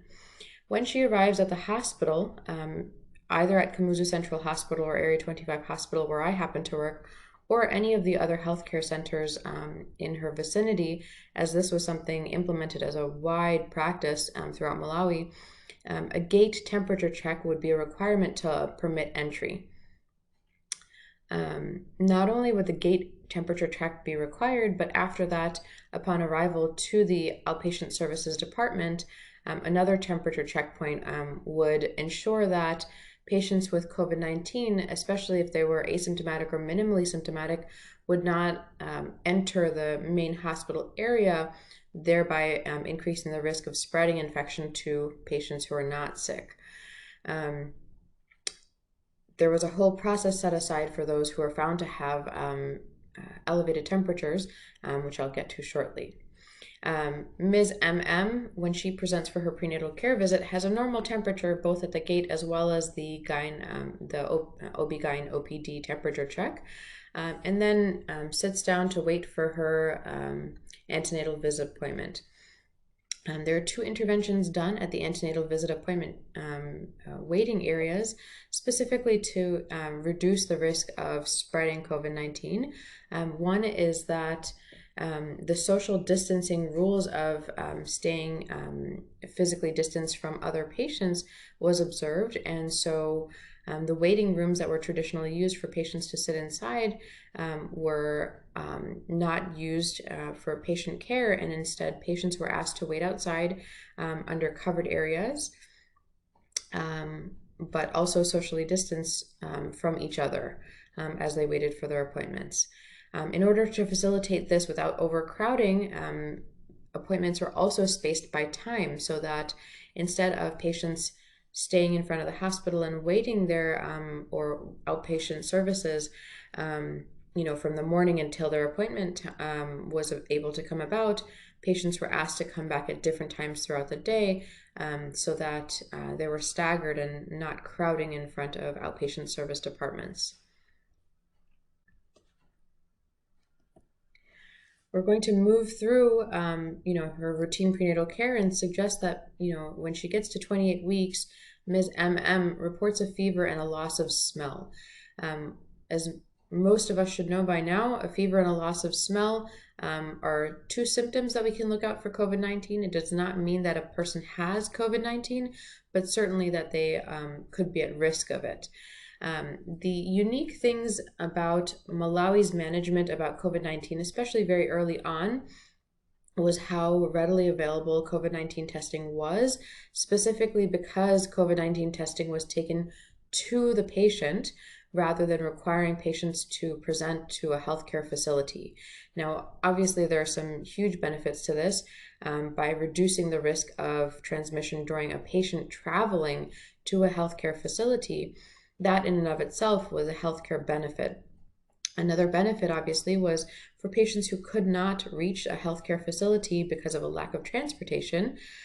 This testing was facilitated so that further contact tracing and tracking of that individual's healthcare was also made possible. After the initial onset of or initial testing facilities or abilities, that was rapidly expanded when case numbers started to rise, so that testing was available at other facilities such as CUGH Central Hospital as well. Because Ms. MM reported a fever and a loss of smell, the first thing that would happen, as I mentioned, would be this COVID-19 testing, which very early on in COVID would be done at her place of residence. If she was found to be positive, she would actually be tracked with regard to symptoms and would be asked to self-isolate at home. And if that was not possible, she would be taken to Bwaila Hospital for isolation and management of mild COVID-19 infection. This was quite a unique endeavor, again, on the part of Lilongwe in Malawi, because as we know, with multifamily homes and families wherein a younger person may be living with their parents or even grandparents who are elderly and higher risk for being or getting sicker with COVID-19, allowing that opportunity for patients to isolate at a facility outside of their home was a very unique way of managing case numbers. We're going to move forward with our case and suggest that while she's at Bwaila, Ms. MM develops increasing shortness of breath. Of course, further evaluation would be done to determine whether or not she was still carrying mild COVID-19 infection or if she had progressed to moderate or severe COVID-19 infection. And if she was found to have moderate or severe symptoms, particularly severe symptoms, she would be transported then to CUGH Central Hospital, but not to the main hospital, rather to the COVID isolation unit. Now, CUGH Central Hospital, I was very fortunate to partake in some leadership opportunities with developing a COVID unit that would be properly outfitted to take care of patients who are ill from COVID-19 infections, including patients who are pregnant. And so we have successfully taken care of many patients in that isolation unit, including pregnant patients, such as Ms. MM. And the unique setting of that isolation unit was intended to keep not only healthcare workers safe by allowing them to, or ensuring that they could use a higher level of PPE in taking care of COVID patients, but also in protecting those patients as well as other patients in the hospital for non-COVID reasons. Specifically in these COVID units, treatment teams were developed so that a core unit of healthcare providers, including nursing staff and medical officers and clinical officers, would be able to take care of these patients with a high level of skill and rotate through those schedules to take care of patients 24/7. With regard to patient management, a quite specific network of healthcare resources was gathered through means of virtual communication, so that we could, as a group basis, be kept up to date on the outside of a COVID isolation unit, and to be able to answer questions and escalate care as necessary and provide guidance within the isolation unit so that patients would continue to get high quality care using those core teams of medical providers.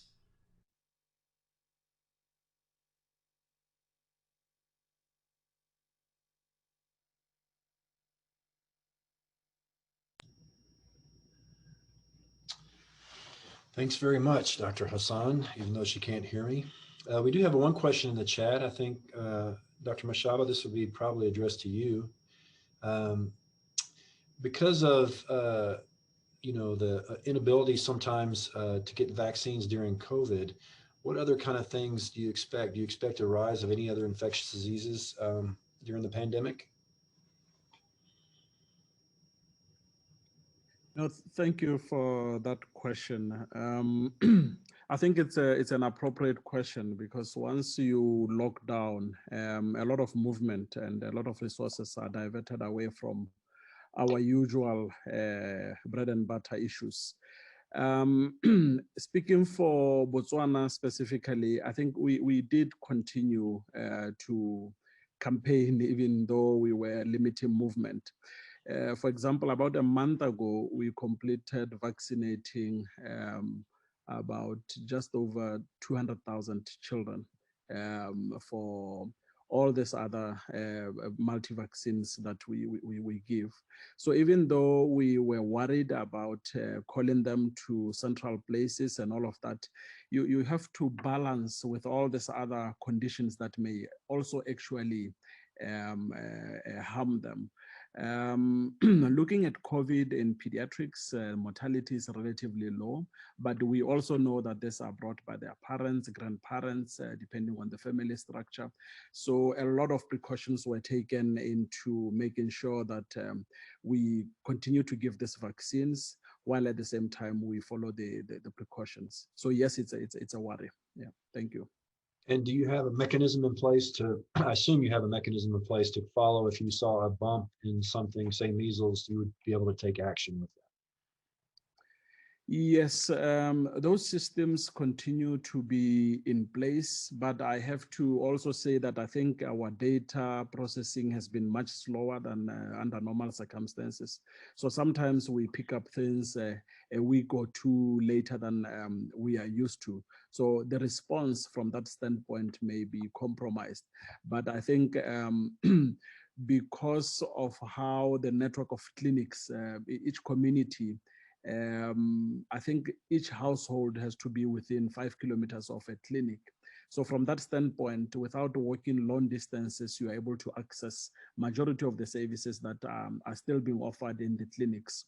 Through the hard lockdown, there was very little activity. But once we re-emerged from the lockdown around May, then we started to see all of those services resuming.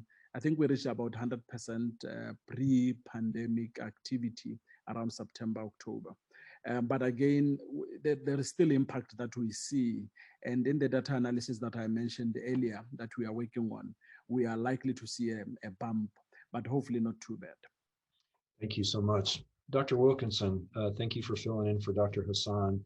There's a question here about, although in-home testing for SARS-CoV-2 clearly has advantages, did you meet any challenge with people not wanting to be tested due to stigma or discrimination by their neighbors? That's a great question. And in addition to the challenges potentially related to stigma and discrimination, there was also the difficulties with reaching all of the people with symptoms. And there was a hotline dedicated to COVID in the different regions of Malawi, and it was often unreachable just because of the sheer volume of calls. But specific to that question, there were sporadic reports of people declining care once they arrived. The people typically came out dressed in full PPE and in an ambulance, so that drew attention to the healthcare providers doing the testing. And there's even been some recent reports of healthcare workers being harassed in their duties in assisting with the burials of people who have passed from COVID-19. So whilst there's no overlying theme that you can point to or any serious events that have been, well, I shouldn't say serious, but lethal events that have been reported in Malawi so far, the question is an excellent one and should inform future services. I also think that just realistically, it's very, very difficult to get this testing out to the home. But the problem with people coming in is they typically travel by minibus where they're packed into a very small bus with up to 12 people. And so the government tried to reduce the maximum number of people in the minibus, but of course that's difficult for the driver's financial livelihood and for patients in general. So it's a multi-layered issue. And while Dr. Hassan mentioned the in-home testing, I think by far more testing occurred in the healthcare centers in the end. Thank you very much. Dr. K, there's a question about really the sustainability of your overall TB program. How much increased cost and resources are used on top of the standard TB care that was offered before? Yeah, it's a great question. I think sustainability is sort of context specific, and in this case, I don't think that we would ever attempt to maintain kind of fully community-based TB care beyond the kind of emergent and unique situation that was imposed by COVID-19. However, I do think it's important, and I think our work has showed that integrating some aspects of community outreach into our care through community health workers, through the ability of nurses to get out into the community to visit patients' homes, really can make a difference for some patients. And I think that sort of flexibility will be maintained and will be sustainable beyond the COVID-19 pandemic. I also do think it goes a long way, as our team noted, in terms of mitigating stigma and disinformation by talking to patients out in their homes with their families around. Thank you. Dr. Mashaba, the CUGH connection with the ability to do a variant, looking for variants by the genome of the COVID virus is very interesting. Is there any information you can share with that? Specifically for those of you who may not know, Botswana just sits on top of South Africa, so I'd expect the South African variant to be there. And how will that affect or has affected your ability to choose a vaccine? Yeah, thank you for that. Yes, I think it has been an interesting journey so far. We started looking at our sequences probably third quarter last year. And around that time, we didn't have much, but the old, I don't want to call it Wuhan virus, the old variant. Then around December, there was an outbreak that was investigated, and that's the first time we actually found the variant that was first discovered in South Africa. So since then, we continue to do surveillance. And our latest report, I think in one series, we found about 73%. Majority of them obviously living next to the border with South Africa, but we are finding it in all the 9 zones of the country in Botswana. And this has a lot of implications. So far, we are helping assess if all the tests are still applicable, because that's a concern that once you get a variant, the testing may actually be affected and you may not be able to pick it up. But so far, we have chosen a 3-gene testing for PCR. It has been stable so far. The next level is looking at vaccines. As you all know, South Africa did stop the AstraZeneca vaccine rollout. That's a very big consideration. We have instead modified, based on our findings, our strategy to do it in a phased manner, where we study it before full rollout. Almost a clinical trial, but on a national scale. And based on the its comparison to other vaccines, then we'll choose which one we go for. So I think CUGH, its equipment that has been placed at the University of Botswana, the trainees that have had their foundation at Baylor College of Medicine, at the Genomics Center, and all the other support that we provide has allowed the country to respond in a timely manner to this changing threat. And then going forward, we will continue to be quite involved. I may share that last year when we shared this with NIH, that we are doing some work towards that. I don't think they were very pleased, but I think over this last 12 months, that position has changed and they are quite supportive and did mention for us to look specifically what Dr. K is working on, which is TB, because they have some interest in TB. And we will be continuing regionally some of these discussions to see how we may be able to answer some questions that other regions of the world may not be able to. Thank you. Thank you. Dr. Wilkinson, any outcomes? Do you have any outcomes data on babies you think were born to mothers with COVID in Malawi? Seeing any increased morbidity and mortality? There has been, I think, trends towards tendency for iatrogenic prematurity due to delivering for maternal illness. But in Malawi, there hasn't been a sufficient number of pregnant women with moderate or severe disease to make any substantial comments. And I think in general in the world literature, it's a little bit vague as well, but that tends to be something that pans out, that when a woman is critically ill from COVID, often there requires an intervention, usually a early C-section to help with pulmonary function and things like that. But I think the jury's still out on neonatal outcomes in COVID. Transmission is, I think, somewhere around 2 or 3%, but you would probably know that better than I do. Yeah. Thank you. And Dr. K, you've now worked in 3 areas where it has stigma, HIV, TB, and now COVID. So you want to comment on your kind of rank order of which you think is the worst?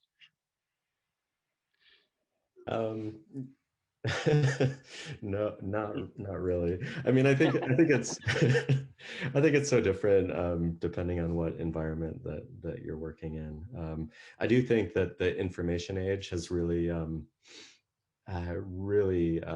been a unique thing that has made dealing with disinformation and stigma surrounding COVID-19 different. And I think something that we should be learning from, both the good and the bad, as we move forward about sort of how to deal with not only new diseases like COVID-19, but to deal with disinformation and stigma in social media kind of moving forward. Thank you very much. Well, I think we're out of time. I don't see any more questions in the chat. I'd like to thank our panel of discussants and Dr. Hassan, who's not here, and Dr. Wilkinson, thanks for filling in. I think I'm turning back over to Dr. Hayek. So Heather? Hey, thank you. That was a wonderful hour. Thank you, Gordon, for moderating. And we're going to have a 3-minute break here. During the break, I just wanted to make a quick plug for our next session, which is really going to be on advocacy skills. So it's going to kind of build on what we've learned during the first 2 hours. We've heard about what are the issues facing children, women, and families globally due to the pandemic. And in the last hour, we're going to learn how each of us can be an advocate in this setting and do something about it. So stay tuned for that. We're going to launch that session in about 2 minutes. I did want to also put a plug to evaluate us. We would love your feedback on today's satellite session. Scrolling through in the QR code on the previous slide, that QR code will take you to our evaluation form for the entire satellite session. If you're planning to stay for the next hour, you can wait until the end of that session to submit the evaluation. If you have to drop off, go ahead and evaluate what you've seen so far, and we'll share the evaluation code again at the end of today's session. So we will open back up at 1:03 Central. In Global Health Advocacy today, Erin Emmel and Mandy Slutzker. So before I formally introduce them, I'd just like to say that they are both personal inspirations to me. I like to say that everything I know about global health advocacy, I have learned from Erin and Mandy. And we are really lucky to have them with us today to teach us some skills.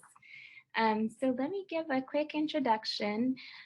First, starting off with Mandy Slutzker, who is the Director of Global Child Health Advocacy for the American Academy of Pediatrics based in Washington, D.C. And in her role at the AAP, Mandy advocates to promote global child health and is often speaking to US Congress and executive branch agencies, and serves as the AAP's official representative to the United Nations. Prior to joining the AAP, Mandy worked for more than 9 years at Results, which is a grassroots advocacy nonprofit focused on ending poverty. And there she served as the policy and advocacy manager for Action, a global health advocacy partnership spanning 13 countries across 5 continents. Prior to her work at Results, she served as a research fellow at Brack University's James P. Grant School of Public Health in Bangladesh, where she researched how cultural beliefs influence the knowledge and practice of traditional birth attendants.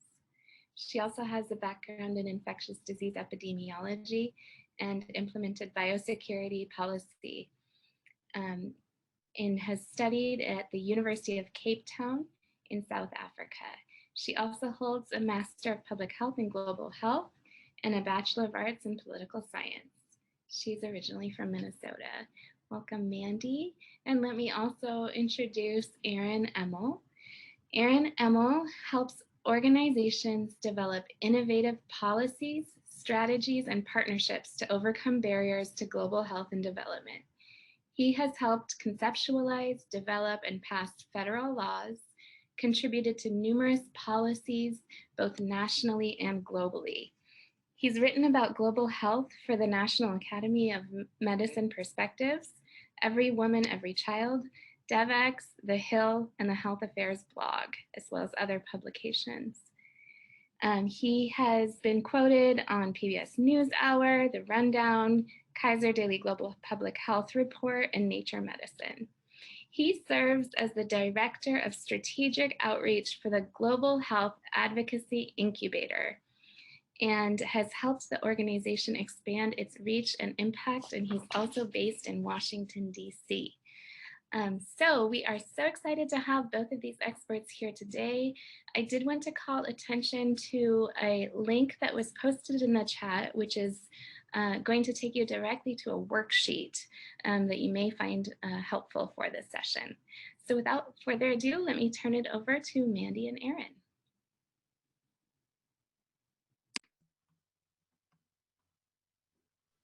Thanks so much, Heather. I am going to link to the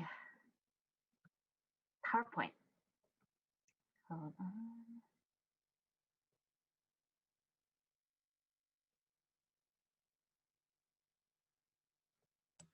While she's linking, let me just say also, Heather, thank you very much. We're very happy to be here with you and with everyone else participating. Thank you. Yeah, we're so excited, and we really want this to be as interactive as possible. So we really welcome questions. Feel free to put yourself on video and ask a question. We really want the Q&A session to be really interactive. So we'll get started by talking about advocacy. Hold on, why is it not? Okay, defining advocacy. So there's a lot of different ways to define advocacy, and there is no one widely accepted definition. But I like to use, this one, which is a deliberate process based on evidence to influence decision makers to support and implement actions to solve a problem. Obviously, this is based on the assumption that there is a problem that needs to be solved. But advocacy is really just kind of a catch-all term for a set of actions that seek to create a positive change for a group of people.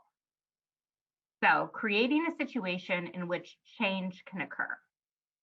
It's a pretty easy way of looking at it. And we really want to move beyond individual change, right? So it's not just making a change yourself, but use evidence and personal stories to influence others. As a doctor, you obviously usually treat individual patients. But as you become an advocate, you go beyond treating an individual patient and really focus on broader systemic change. So we think that it's a great idea to use your experience of treating patients because you have evidence and you have personal stories that make advocacy really convincing. So by translating them into actions that it can affect a broader range of people, there's a huge opportunity to create real systemic change and improve the lives of others. And so you're really going from the individual to the community level. And we'll be talking about kind of how to do that. But first, most of you are physicians, and it's really important to realize how important your voices are. So you are really considered very credible. How many people ask you for advice on a daily basis, right? You're obviously often looked at as nonpartisan, health experts, and you can be a voice for patients or people who can't or don't speak up for themselves. I think with COVID, we've realized a lot over the last year the importance of hearing medical voices, not just in the US, but around the world. And I think we have a lot to learn from our colleagues in other countries and around the world, but your voices really, really matter. And so you can use your voice in many different ways. There's lots of different kinds of advocacy. There can be patient-centered advocacy, so addressing the needs of a specific patient or patient group, such as children with asthma. If you're trying to advocate for some sort of policy with children with asthma or a way that they should be treated in a hospital setting, you'd be doing patient-centered advocacy. There's also cause-centered advocacy, which is really focused on a particular issue at any level. A lot of you may be familiar with HIV advocacy. So there was a lot of advocacy, especially in the 1980s and 1990s, by people, especially people living with HIV, to the US government to get the US government to increase funding for HIV research and to better coordinate on HIV research. Then, as antiretroviral therapy became available, there was more HIV advocacy to make sure that the treatments were accessible and available to everyone, not just people who could afford them. And so there's a lot of HIV advocacy happening globally as well to make sure that everyone has access to antiretroviral therapy. So that's a good example of cause-centered advocacy. Or, for example, there's a lot of work being done to eliminate polio and eradicate it globally. And so that could be an example of cause-centered advocacy. And then what Aaron and I have a lot more experience with is legislative-centered advocacy. And so you're trying to encourage or create or adapt laws that mandate some sort of change. So an example could be making schools tobacco-free, right? There was a time in which tobacco and smoking was happening everywhere. And then eventually it was outlawed. So that's an example. Another example is something Aaron and I worked on a lot over the last few years, which is, it was called the Global Child Thrive Act. And it was a piece of legislation that mandated the US government to include early childhood development interventions into existing programs that affect young children and their families in our foreign aid. So USAID has a lot of programs on breastfeeding, programs on nutrition, and this law mandated that early childhood development interventions, including positive parenting and training people on nurturing and responsive care, was included in this programming. And that passed and became law January 1st of this year.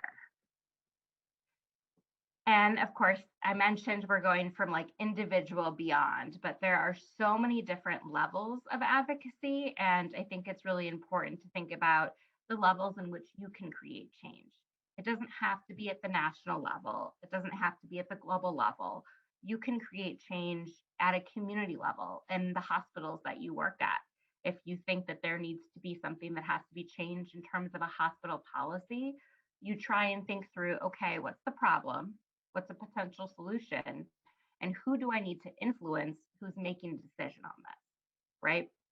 So that could be a good example of community level advocacy, or something that's happening in a community. If even, for example, a library was going to be shut down and you want to advocate and make sure that it's not shut down, you know, that would be an example of community level advocacy.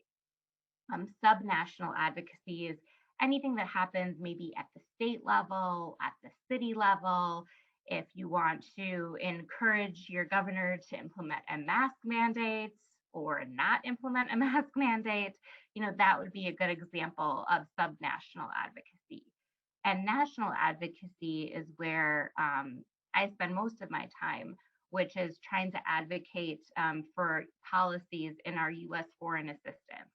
And so I advocate with Congress and with the administration, just like I mentioned, trying to pass the Global Child Thrive Act. That was national level advocacy. Then there's regional advocacy. And so a good example of that would be the WHO has different regions and they have regional offices. And if you wanted the region to adhere to certain a good example is the Southeast Asia region decided ahead of other regions to implement some changes in tuberculosis policy. And they were going to try and test and treat and adhere to guidelines, especially around drug-resistant TB. And so there was a big push for that WHO region to get together, to get their ministers of health together, to sign a declaration stating that they were going to make these changes and then to hold them accountable. And of course, global advocacy is usually something focused at the UN, trying to get countries to be involved in the Paris Climate Agreement is a great example of global advocacy. So you may do that at a national level, pushing for the US to join the Paris Agreement, but at the global level, it's even making an agreement like that happen. The UN meet, you know, there are regular meetings of the UN and the WHO. There are issue-specific meetings, like a high-level meeting on HIV or tuberculosis or non-communicable diseases. And, you know, there's a lot of work done to advocate on those levels. And then, you know, just think of yourselves and different things you can do to get the word out. You know, you have the ability to call and to email your members of Congress, congressional offices, congressional staff. If you have a thought on something, you can call their office, the one based in Washington, D.C., or the one based in your district, your home district or state. There's earned media, getting op-eds, you know, letters to the editor, interviews. A person who's really good at this, a lot of you know, is Dr. Peter Hotez. So he's great at doing interviews. He's on CNN regularly and other, you know, news programs. And he's always, you know, making sure op-eds and getting his voice as a clinician, but also as someone who knows a lot about vaccines out there, talking about vaccine hesitancy, talking about COVID vaccines. There's also social media. So a lot of you, I'm sure, are on Twitter and Instagram and TikTok. I know there's been a lot of viral TikToks over the last year from physicians trying to dispel misinformation around COVID vaccines or other health topics. It's a great way for you to, you know, get the message out, to share your thoughts. Although obviously you want to be careful as a physician, you know, using social media as well, but there's a lot of opportunities. At the AAP, there's a lot of folks who are on Twitter and pediatricians on Twitter, and they call themselves tweediatricians. And they, a great example of like a physician-backed sort of social media campaign is the hashtag, what was it, like stay in your lane. They were told, ER doctors and pediatricians were told to stay in their lane in terms of talking about gun violence. And they were like, this is our lane. We are the ones that treat children that come in with gunshot wounds, and we deal with the ramifications of school shootings. So they had that hashtag, this is my lane or this is our lane, and had pictures of themselves, you know, in the OR dealing with the aftermath of gun violence and sharing their stories around that. In-person Hill visits, you can go to meet with your member of Congress and their staff, you know, not just on Capitol Hill in DC, which you are always able to do as soon as things open up a bit, but also at home. You know, there's a district office for every member of the House of Representatives. There's multiple Senate offices throughout every state. And, you know, you have the ability to ask for meetings. Although I always think it's good before asking for a meeting to make sure you know exactly what you want to talk about and exactly what your ask is, something you want them to do. And we'll talk about that a little bit later. But also press events. So any sort of press conference. I know many of the hospitals that you work at do press conferences. If there is a patient that is really well known, you know, or if they want to get the word out on something specific, press conferences around COVID-19 vaccines. There's a lot of opportunities to get the word out and to share what you want to share. I'm going to hand it over to Aaron to take the next few slides. Thank you very much, Mandy. So this is the time where if you are interested, you can turn to the handout, the worksheet that Heather shared earlier in the chat. So we're going to speak a little about what it means to advocate, why we advocate. And one of the goals for this next part of the session is that as we make notes on the worksheet, as we think about our own advocacy and policy priorities, we will actually be developing our own elevator pitches to advocate for those priority issues. And if we have time, then hopefully we'll get to hear some of your pitches later in this hour. So there are 4 major themes we're about to jump into. One is that advocacy begins with the vision, the public health outcome in this case, or any other policy outcome that we want to see. The next part of advocacy is recognizing that there is a challenge or a barrier to achieving that outcome. And whatever those barriers are, we, through advocacy, are looking at what are the policy solutions to that challenge? What are the policy goals? And finally, we're going to be looking at the audience. Who are we going to be speaking to in order to help make those policy solutions a reality? And to go back to something that Mandy said earlier, advocacy starts with the change that we want to see. Successful advocacy means that we've helped other people to become champions of that same change. And together we can make that change happen. And there are really two components, two types of evidence that we need to share for this to happen. And when we go to the elevator pitch later, when Mandy walks us through that, we'll be able to see both of these approaches. The first is that convincing someone to become a champion requires a connection to the heart. It requires a story. And that story is usually necessary to connect to someone, to inspire them to be a champion and to dedicate themselves to a cause. The other part we need is the connection to the head, the data or the information. Once they're inspired, they need the information to move forward, to know what to do, to know what to act on, but also, in cases of policymakers, to be able to justify their involvement to their constituencies. So the evidence is for the person that you're speaking with, but it's also for the other people that they're going to want to engage with. And so we can go to the next slide. Thank you very much, Mandy. We're going to dive in just a little bit to each of these four themes using what Mandy mentioned earlier, the Global Child Thrive Act as an example. So again, why do we advocate? It begins with our vision, our long-term goal, in this case, a public health goal. So for the Global Child Thrive Act, the goal was very simple.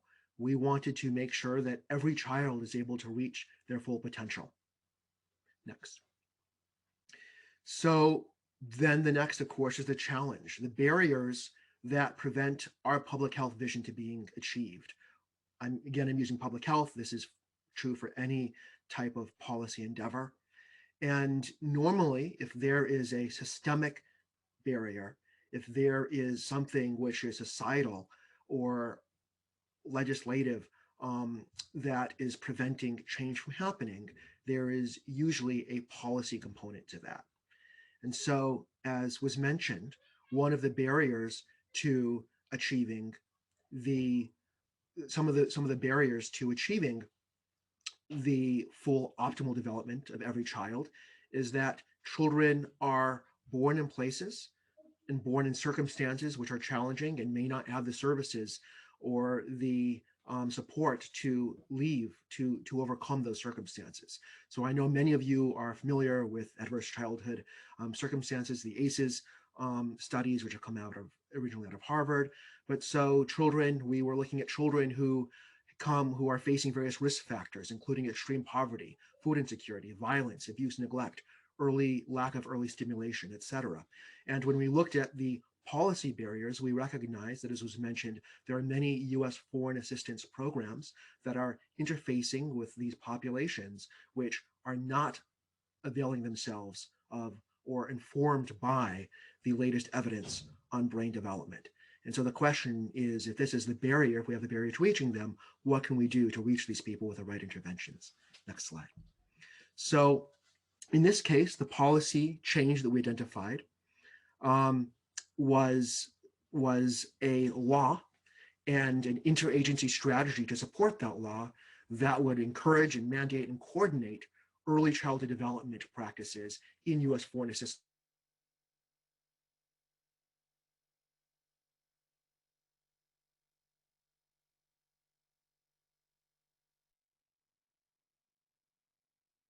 Aaron, are you there?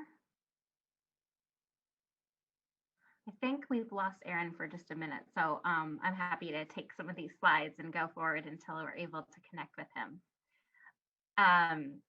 So as he mentioned, an example is this law, right, the Global Child Thrive Act, which pushed for integration of early childhood development interventions and an interagency strategy that would encourage and coordinate those practices in U.S. foreign assistance. And so then we ask ourselves, who Thank you very much.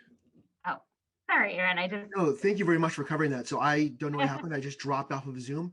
And so that was perfect. Thank you very much. And so as you were just saying, the once we know what we need to accomplish, the next question is, who is our audience? Who are ultimately the decision makers who can help make this happen? And this includes the decision makers. If it comes to policy, this includes the decision makers who are going to have the authority or the ability or sit in the right places to make the change happen. It also includes the people who influence their approach. And so this might include the media, it might include social media, it might include their peers, it could include for members of Congress, their constituents, it can also include think tanks, for example, and then other stakeholders. So going back to the Global Child to Thrive Act, we knew that the decision makers, of course, are going to be the heads of agencies and the people working at government agencies on some of these programs. But we also knew, of course, there would be members of Congress. When we looked at the stakeholders and the other influencers, we realized that we had a real opportunity to bring a lot of other people together, a lot of stakeholders.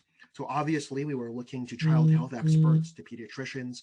We were looking at the maternal and reproductive health community. ACOG was mentioned in a previous panel, so they were active in this. We were looking at nutrition experts, early childhood development experts, early educational development experts, refugee resettlement and advocacy agencies, and social workers, and other organizations from Sesame Workshop to the Lego Foundation, as well as families and communities who are involved. And so for any policy attempt, for any policy process, we're looking at who are all the people who are going to have a stake in this and who are going to potentially play a role in its outcome. Next.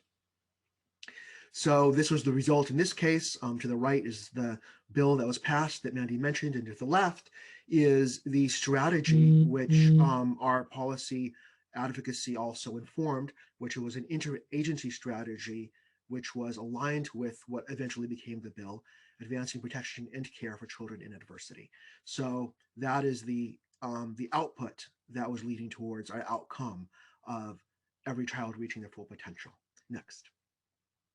And so when we talk about decision makers for this process at the national level, we were, of course, looking at the federal government. So for the decision makers we were meeting with and working with, it was the White House, particularly the National Security Agency, which coordinates agency work for the White House, as well as the leading global health agencies, the USAID, the State Department, Health and Human Services, which includes the CDC, NIH, and others, as well as Congress. And so when we're looking at who is our audience, when we're thinking about who is the audience for the elevator pitches we're about to work on, we're thinking about what is the process for advocacy as a bill becomes law, as any other advocacy policy processes moving forward, who are the decision makers that we need to reach?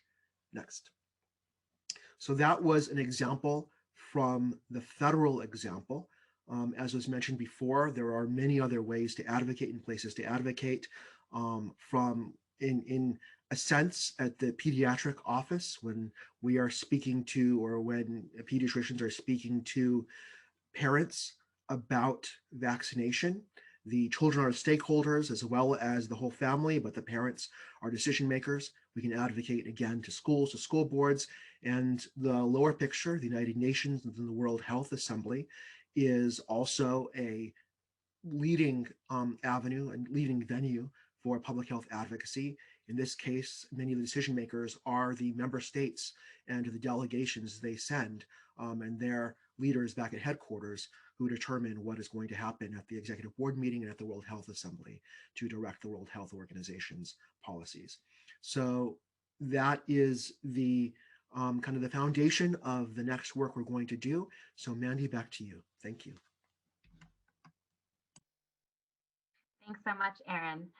So next, we want to talk to you about one specific tool that you can use in your advocacy, which is widely referred to as an elevator pitch. And so it's called that because let's say you're at a building and you get in an elevator and someone gets in the elevator with you, who is someone that you need to influence to create change. You want to advocate at them, right? And we want you to be able to make your argument in the time it takes to go, from one level up a few levels, right? So in the time it takes to ride an elevator to be able to make your argument. So in other words, how to do it very succinctly, quickly, but make an impact. And so we always ask, is it really an elevator pitch? Is it something that can be done very shortly? Because one thing that you learn, I'm sure you all know, is time is very precious. And being able to say something meaningful in a short amount of time is probably the best skill I have ever learned in terms of advocacy. And so, we've got examples here of pediatricians who were, roaming the halls of Congress or in Washington, D.C., and were able to stop presidential candidates and ask them questions about their platform. So how to craft an effective message. So you want to inform, illustrate, humanize, and eventually persuade. So informing is letting that person know that there's a problem in need of solving, right? We'll give an example next, but it could be something such as, okay, COVID vaccine equity, right? You're letting them know that we've got this great vaccine, but it's not being distributed equitably. Next, you illustrate, you paint a picture of how the issue impacts real people and their families. You can talk about the number of people that haven't been able to get access to said vaccine. And then humanize. And this is really where you can draw upon your clinical experience as a physician. Talk about patient that you had, their family. I had this specific patient who wasn't able to get access to a vaccine and became sick with COVID in their workplace. And then your goal is to persuade. And so if it's about something related to vaccine equity, it could be implementing a national or a statewide advocacy or equity plan.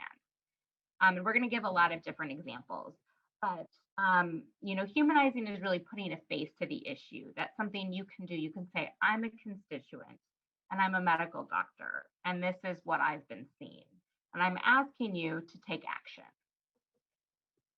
So here is, we want you to craft an effective message. So something that a lot of pediatricians have been concerned about is e-cigarette use, right? It's not an example as much globally, but this is a great example domestically. So e-cigarette use, you can say it is just sky high among adolescents. More than 5 million middle school and high school students are reporting using e-cigarettes. And then you illustrate saying, you paint a picture of how this issue impacts children and their families. And you can say, as a pediatrician, what concerns me the most is that these products deliver such high levels of nicotine while an adolescent still has a developing brain, and addiction can happen really quickly. And adolescents, they don't often know how much nicotine they're getting from each hit. And then humanize, bring your own experience as a physician into it. You say, I've seen this in my own patients. Just last week, I saw a teenage boy, and he confessed that he sleeps with his e-cigarette under his pillow because he wakes up in the middle of the night to vape because his cravings are so strong and his addiction is so strong. And then the goal eventually is to persuade. You say there's this urgent epidemic and we need quick and urgent action. Congress needs to pass the Reversing the Youth Tobacco Epidemic Act, which will clear the market of flavored e-cigarettes. And you can use this for anything, absolutely anything. It doesn't even have to be talking to a member of Congress. You all work at hospitals. Let's say you want to change a hospital policy and you happen to be in the elevator or at lunch or in the cafeteria or somewhere with a hospital administrator. And you're trying to let them know, hey, there's this problem. And here's a policy that might be able to address said problem. Here's my experience with the problem. Here's how I've, experienced it. Here's how my patients have experienced this problem. So it can be used in any way, right? It doesn't have to be only around passing laws. It can be any change that is needed. And here are just some key takeaways. You really want to use simple, direct language. You want to repeat your messages for emphasis. You want to be sure to pause. Don't speak so quickly. Avoid jargon. Now, this one's really important for doctors. A lot of the medical terminology that you use isn't widely known by the rest of the world. And so, not using your medical speak, but speaking how you would speak to a patient, speak how you would speak to someone who doesn't have a background in medicine. Understand the opposing view. That really helps to understand why maybe someone wouldn't take an action. Is it because, it costs too much and they believe that implementing the policy is too costly? What is it? Stay in your zone of expertise. If you don't have experience in something or you don't know something, don't pretend to know it. You can always say, I can look that up and get back to you. Use research to back up your argument. Again, don't say it if you don't know it, and especially if you don't want it repeated.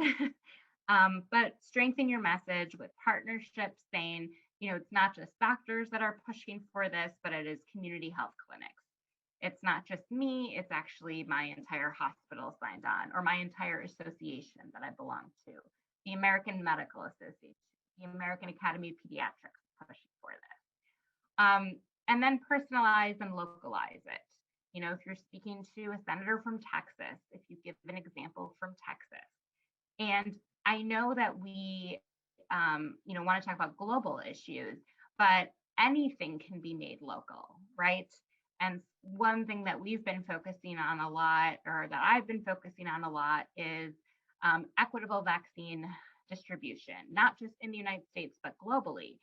And this does impact people in Texas, right? It doesn't just have to be, only in Ghana or Cote d'Ivoire, or, places that are getting the CUGH vaccines. And that's the facility that is working to distribute equitably vaccines as much as possible.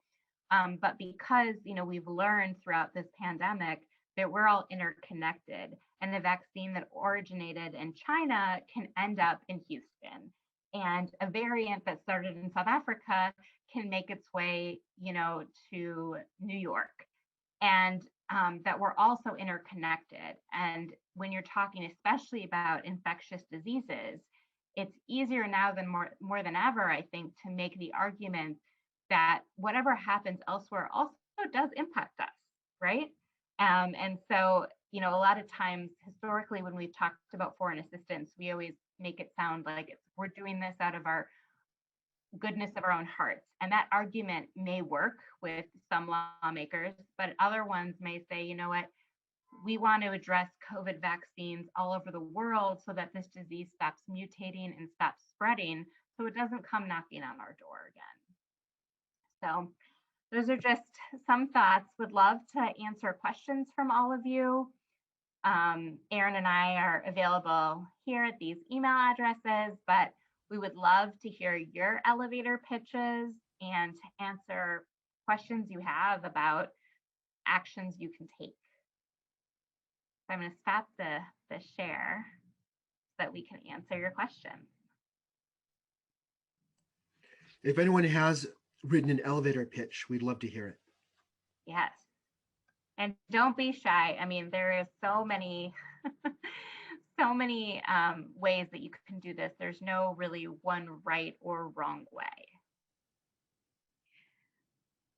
I'm going to try to nudge some of our global health residents to perhaps share. We've got a room with 20 socially distanced global health residents, and I'm hoping one of them might chime in. But others are welcome too.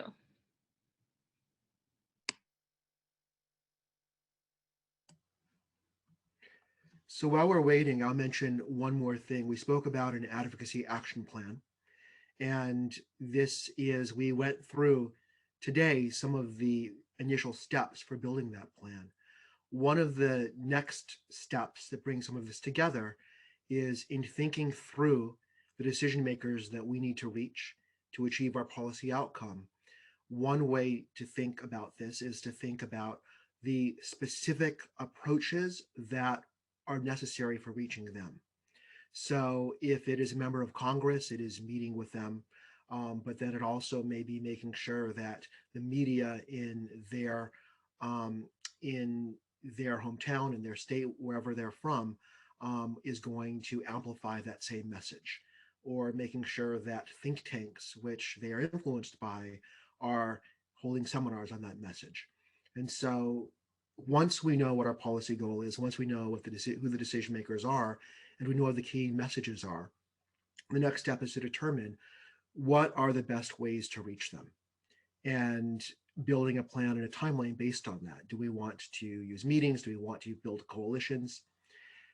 And whenever we are communicating, whenever we have the message, one other thing just to highlight that Mehdi mentioned is the ask, which is the specific thing we want the decision maker to do.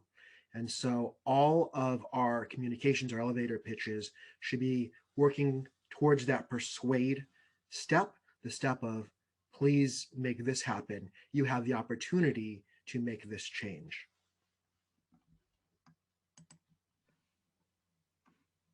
Hi, this is Sutori Cobham in Houston, and I just wanted to point out another opportunity, which is when something happens in your community.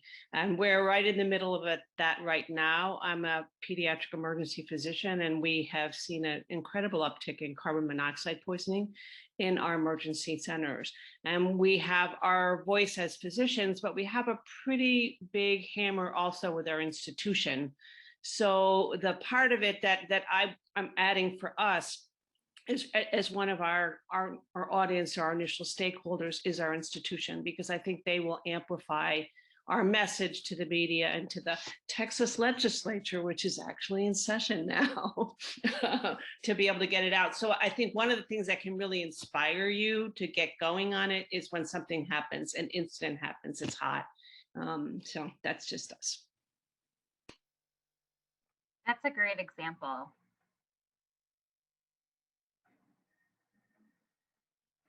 Does anyone have any questions?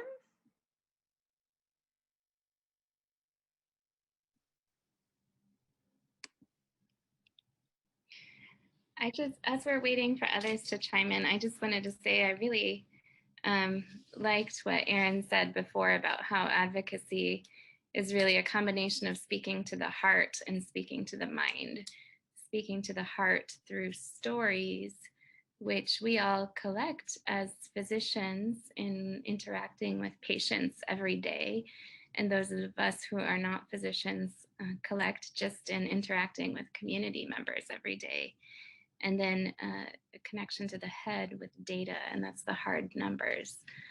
So I really liked that. That's something that really spoke to me, and I'm going to take with me at the end of this session. But I'm curious to hear what others think. It seems like we've got a little bit of a shy bunch.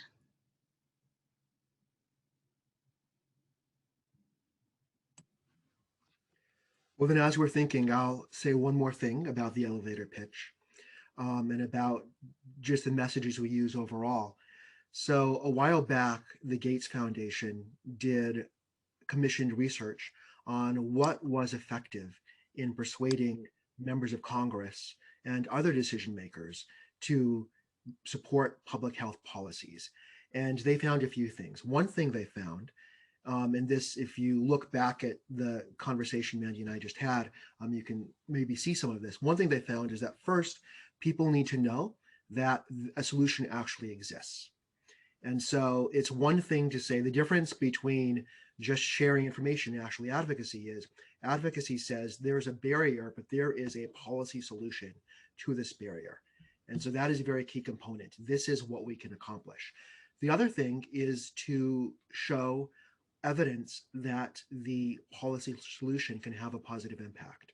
So there are many stories about things that have gone badly, and those bad things are strong reasons, strong motivators for action. But other motivators for action include there are people who have been impacted in a positive way and have had positive outcomes due to the policy, the type of policy that we're trying to achieve. So that positive message, as well as all the other messages, that is ultimately going to be part of the persuasion and part of the positive ask. It looks like we have a question. Oh, this is a good one. So what have you found to be the most effective ways to utilize social media in reaching elected leaders and getting them to respond and act? So I think that when there is a widespread almost swell of social media chatter on a very specific topic, that's when I think elected officials feel pressure, right? So if you see that something is trending and you want to get attention, using the hashtag and sharing your story, asking your elected leader to take action. A good example was, when the ACA was being repealed, I think it was, I don't even know how many years ago now, there was so much pressure by various communities that were impacted, whether it was doctors saying, please do not repeal the ACA, whether it was patients, whether it was people living with disabilities, sharing their own personal experiences, the groundswell of that, but it usually works best in combination with other forms of advocacy, because it's very easy to just kind of shut Twitter and ignore it. But when you're in your office and your front desk staff is receiving thousands of calls on the exact same issue, that's when I think change and pressure is really felt. And so the members of the Senate who ended up voting to preserve the Affordable Care Act really felt not that they had a moral imperative to, but that their constituents were telling them, you can't repeal this without another solution. And this would be detrimental to me as your constituent. And so I think that those kind of examples are really useful. I always recommend against being a troll or responding to a political leader with whom maybe you have disagreements and writing in the comments, but they're not going to see it probably, and it's not going to be very effective. You may feel better doing it, but I don't think it leads to the same level of policy change as, for example, sharing your experience as a physician and why you think something needs to happen. Does that answer the question?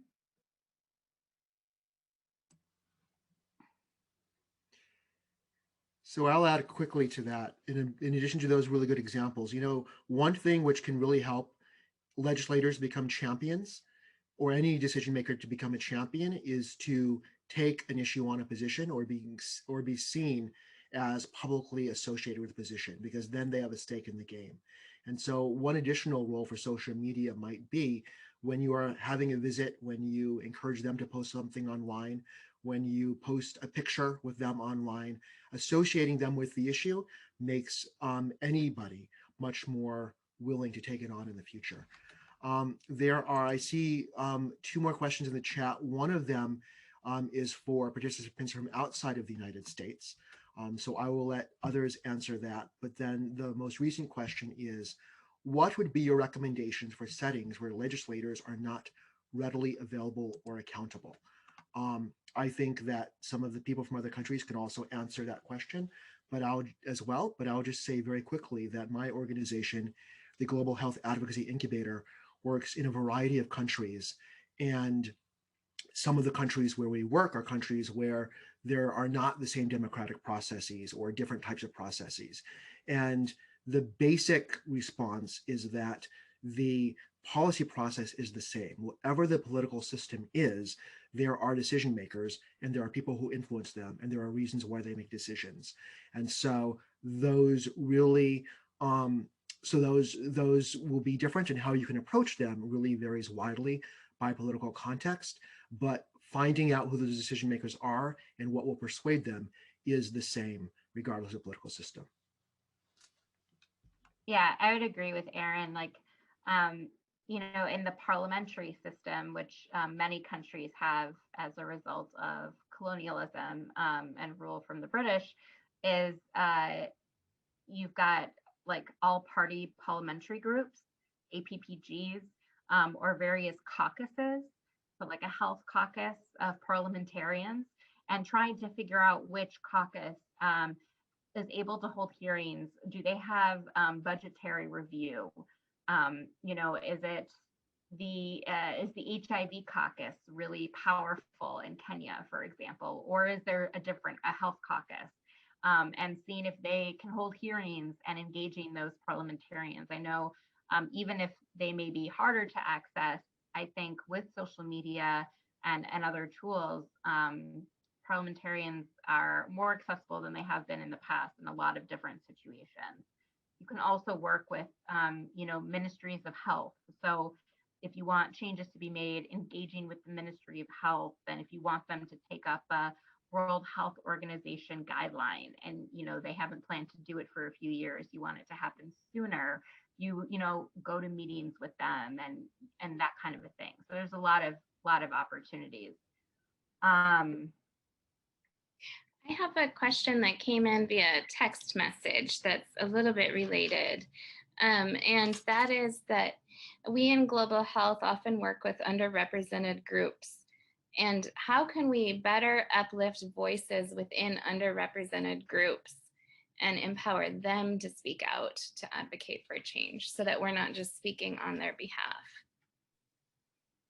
That's really important. I think bringing those groups to your meetings, centering them, allowing them to, if you get the opportunity to do an interview or have an op-ed saying, actually, you know, my patient is really interested in speaking out, or this family I worked with would like to speak about their personal experience, or offering to co-author something with them. So you're constantly bringing them in and letting them speak and giving them the confidence. I think sometimes, you know, as maybe as physicians or people who have engaged with some of these systems before, you feel a little bit more confident about your ability to tell a story or to create change. And I think it's important to lift people up and help build their confidence to do the same thing. So there was another question, I think, which is related to this, or comment in the chat about speaking a non-medical language. And I think in a way it's the same. So as individuals, I think Mandy, that is a fantastic answer. And then when we also then think about more broadly, how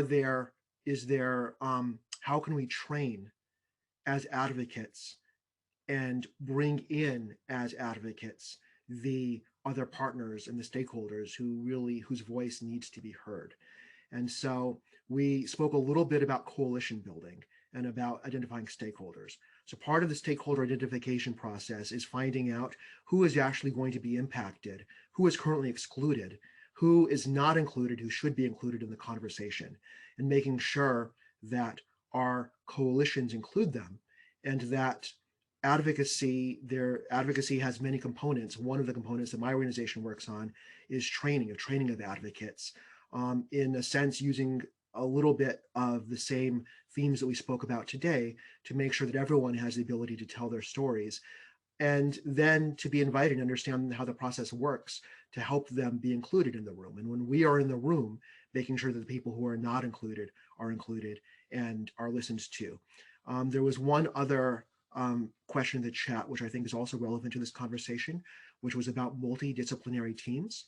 We mentioned that for the Global Child Thrive Act, one of the powers of the coalition we built was that we were part of, that we built collectively, was that it included people from a variety of different disciplines and stakeholders from very different positions. And there was a great power that members of Congress saw when we went into the rooms, because they realized this is not just one group of people speaking.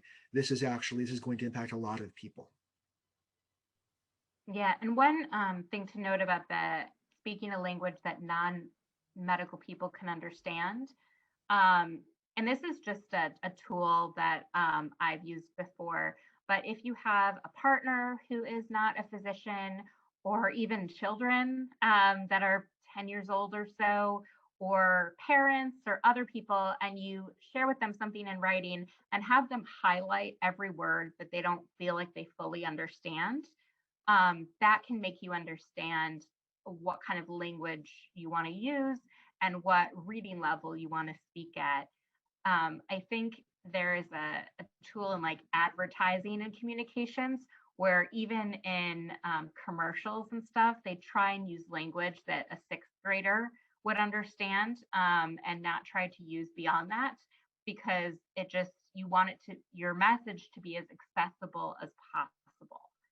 So I know that there is a lot of physicians are very interested in accuracy, right? You have a background in science, you want to be as accurate as possible. This is the only way to describe this issue.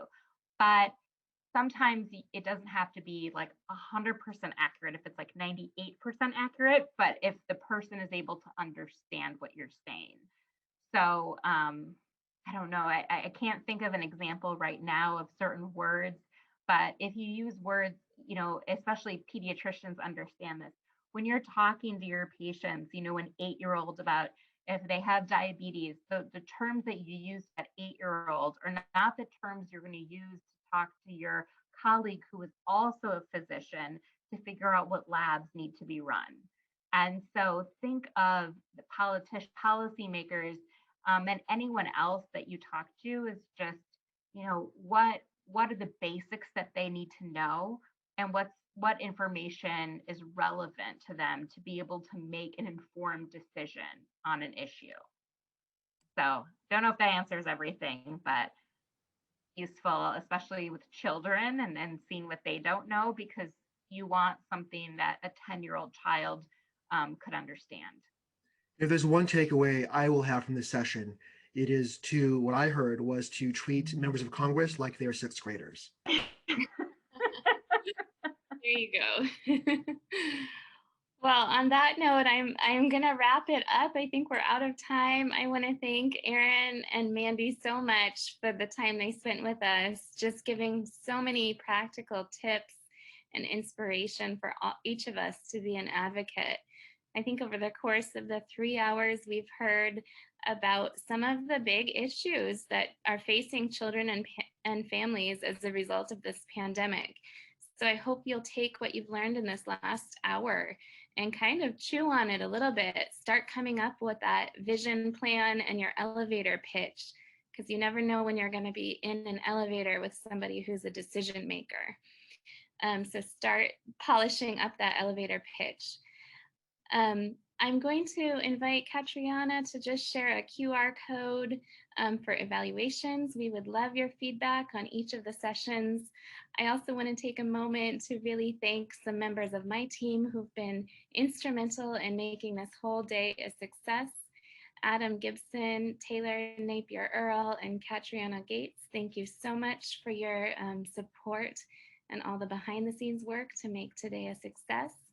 And I want to thank everybody for sticking with us and joining our presentations today, whether you were here for an hour or all 3 hours. We really enjoy having your participation. We hope you'll stay engaged with BPI and Texas Children's Global Health. And we look forward to reading your feedback on today's sessions. I'll also just put a plug in for the other satellite sessions that are happening through CUGH. There's a whole range of, I think, over a dozen different satellite sessions on a whole lot of different topics over the next several days. Many of them are free of cost. So I encourage you to check those out as well.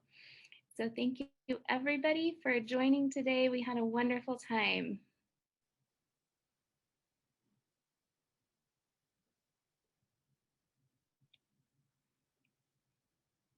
Thanks, Aaron and Mandy.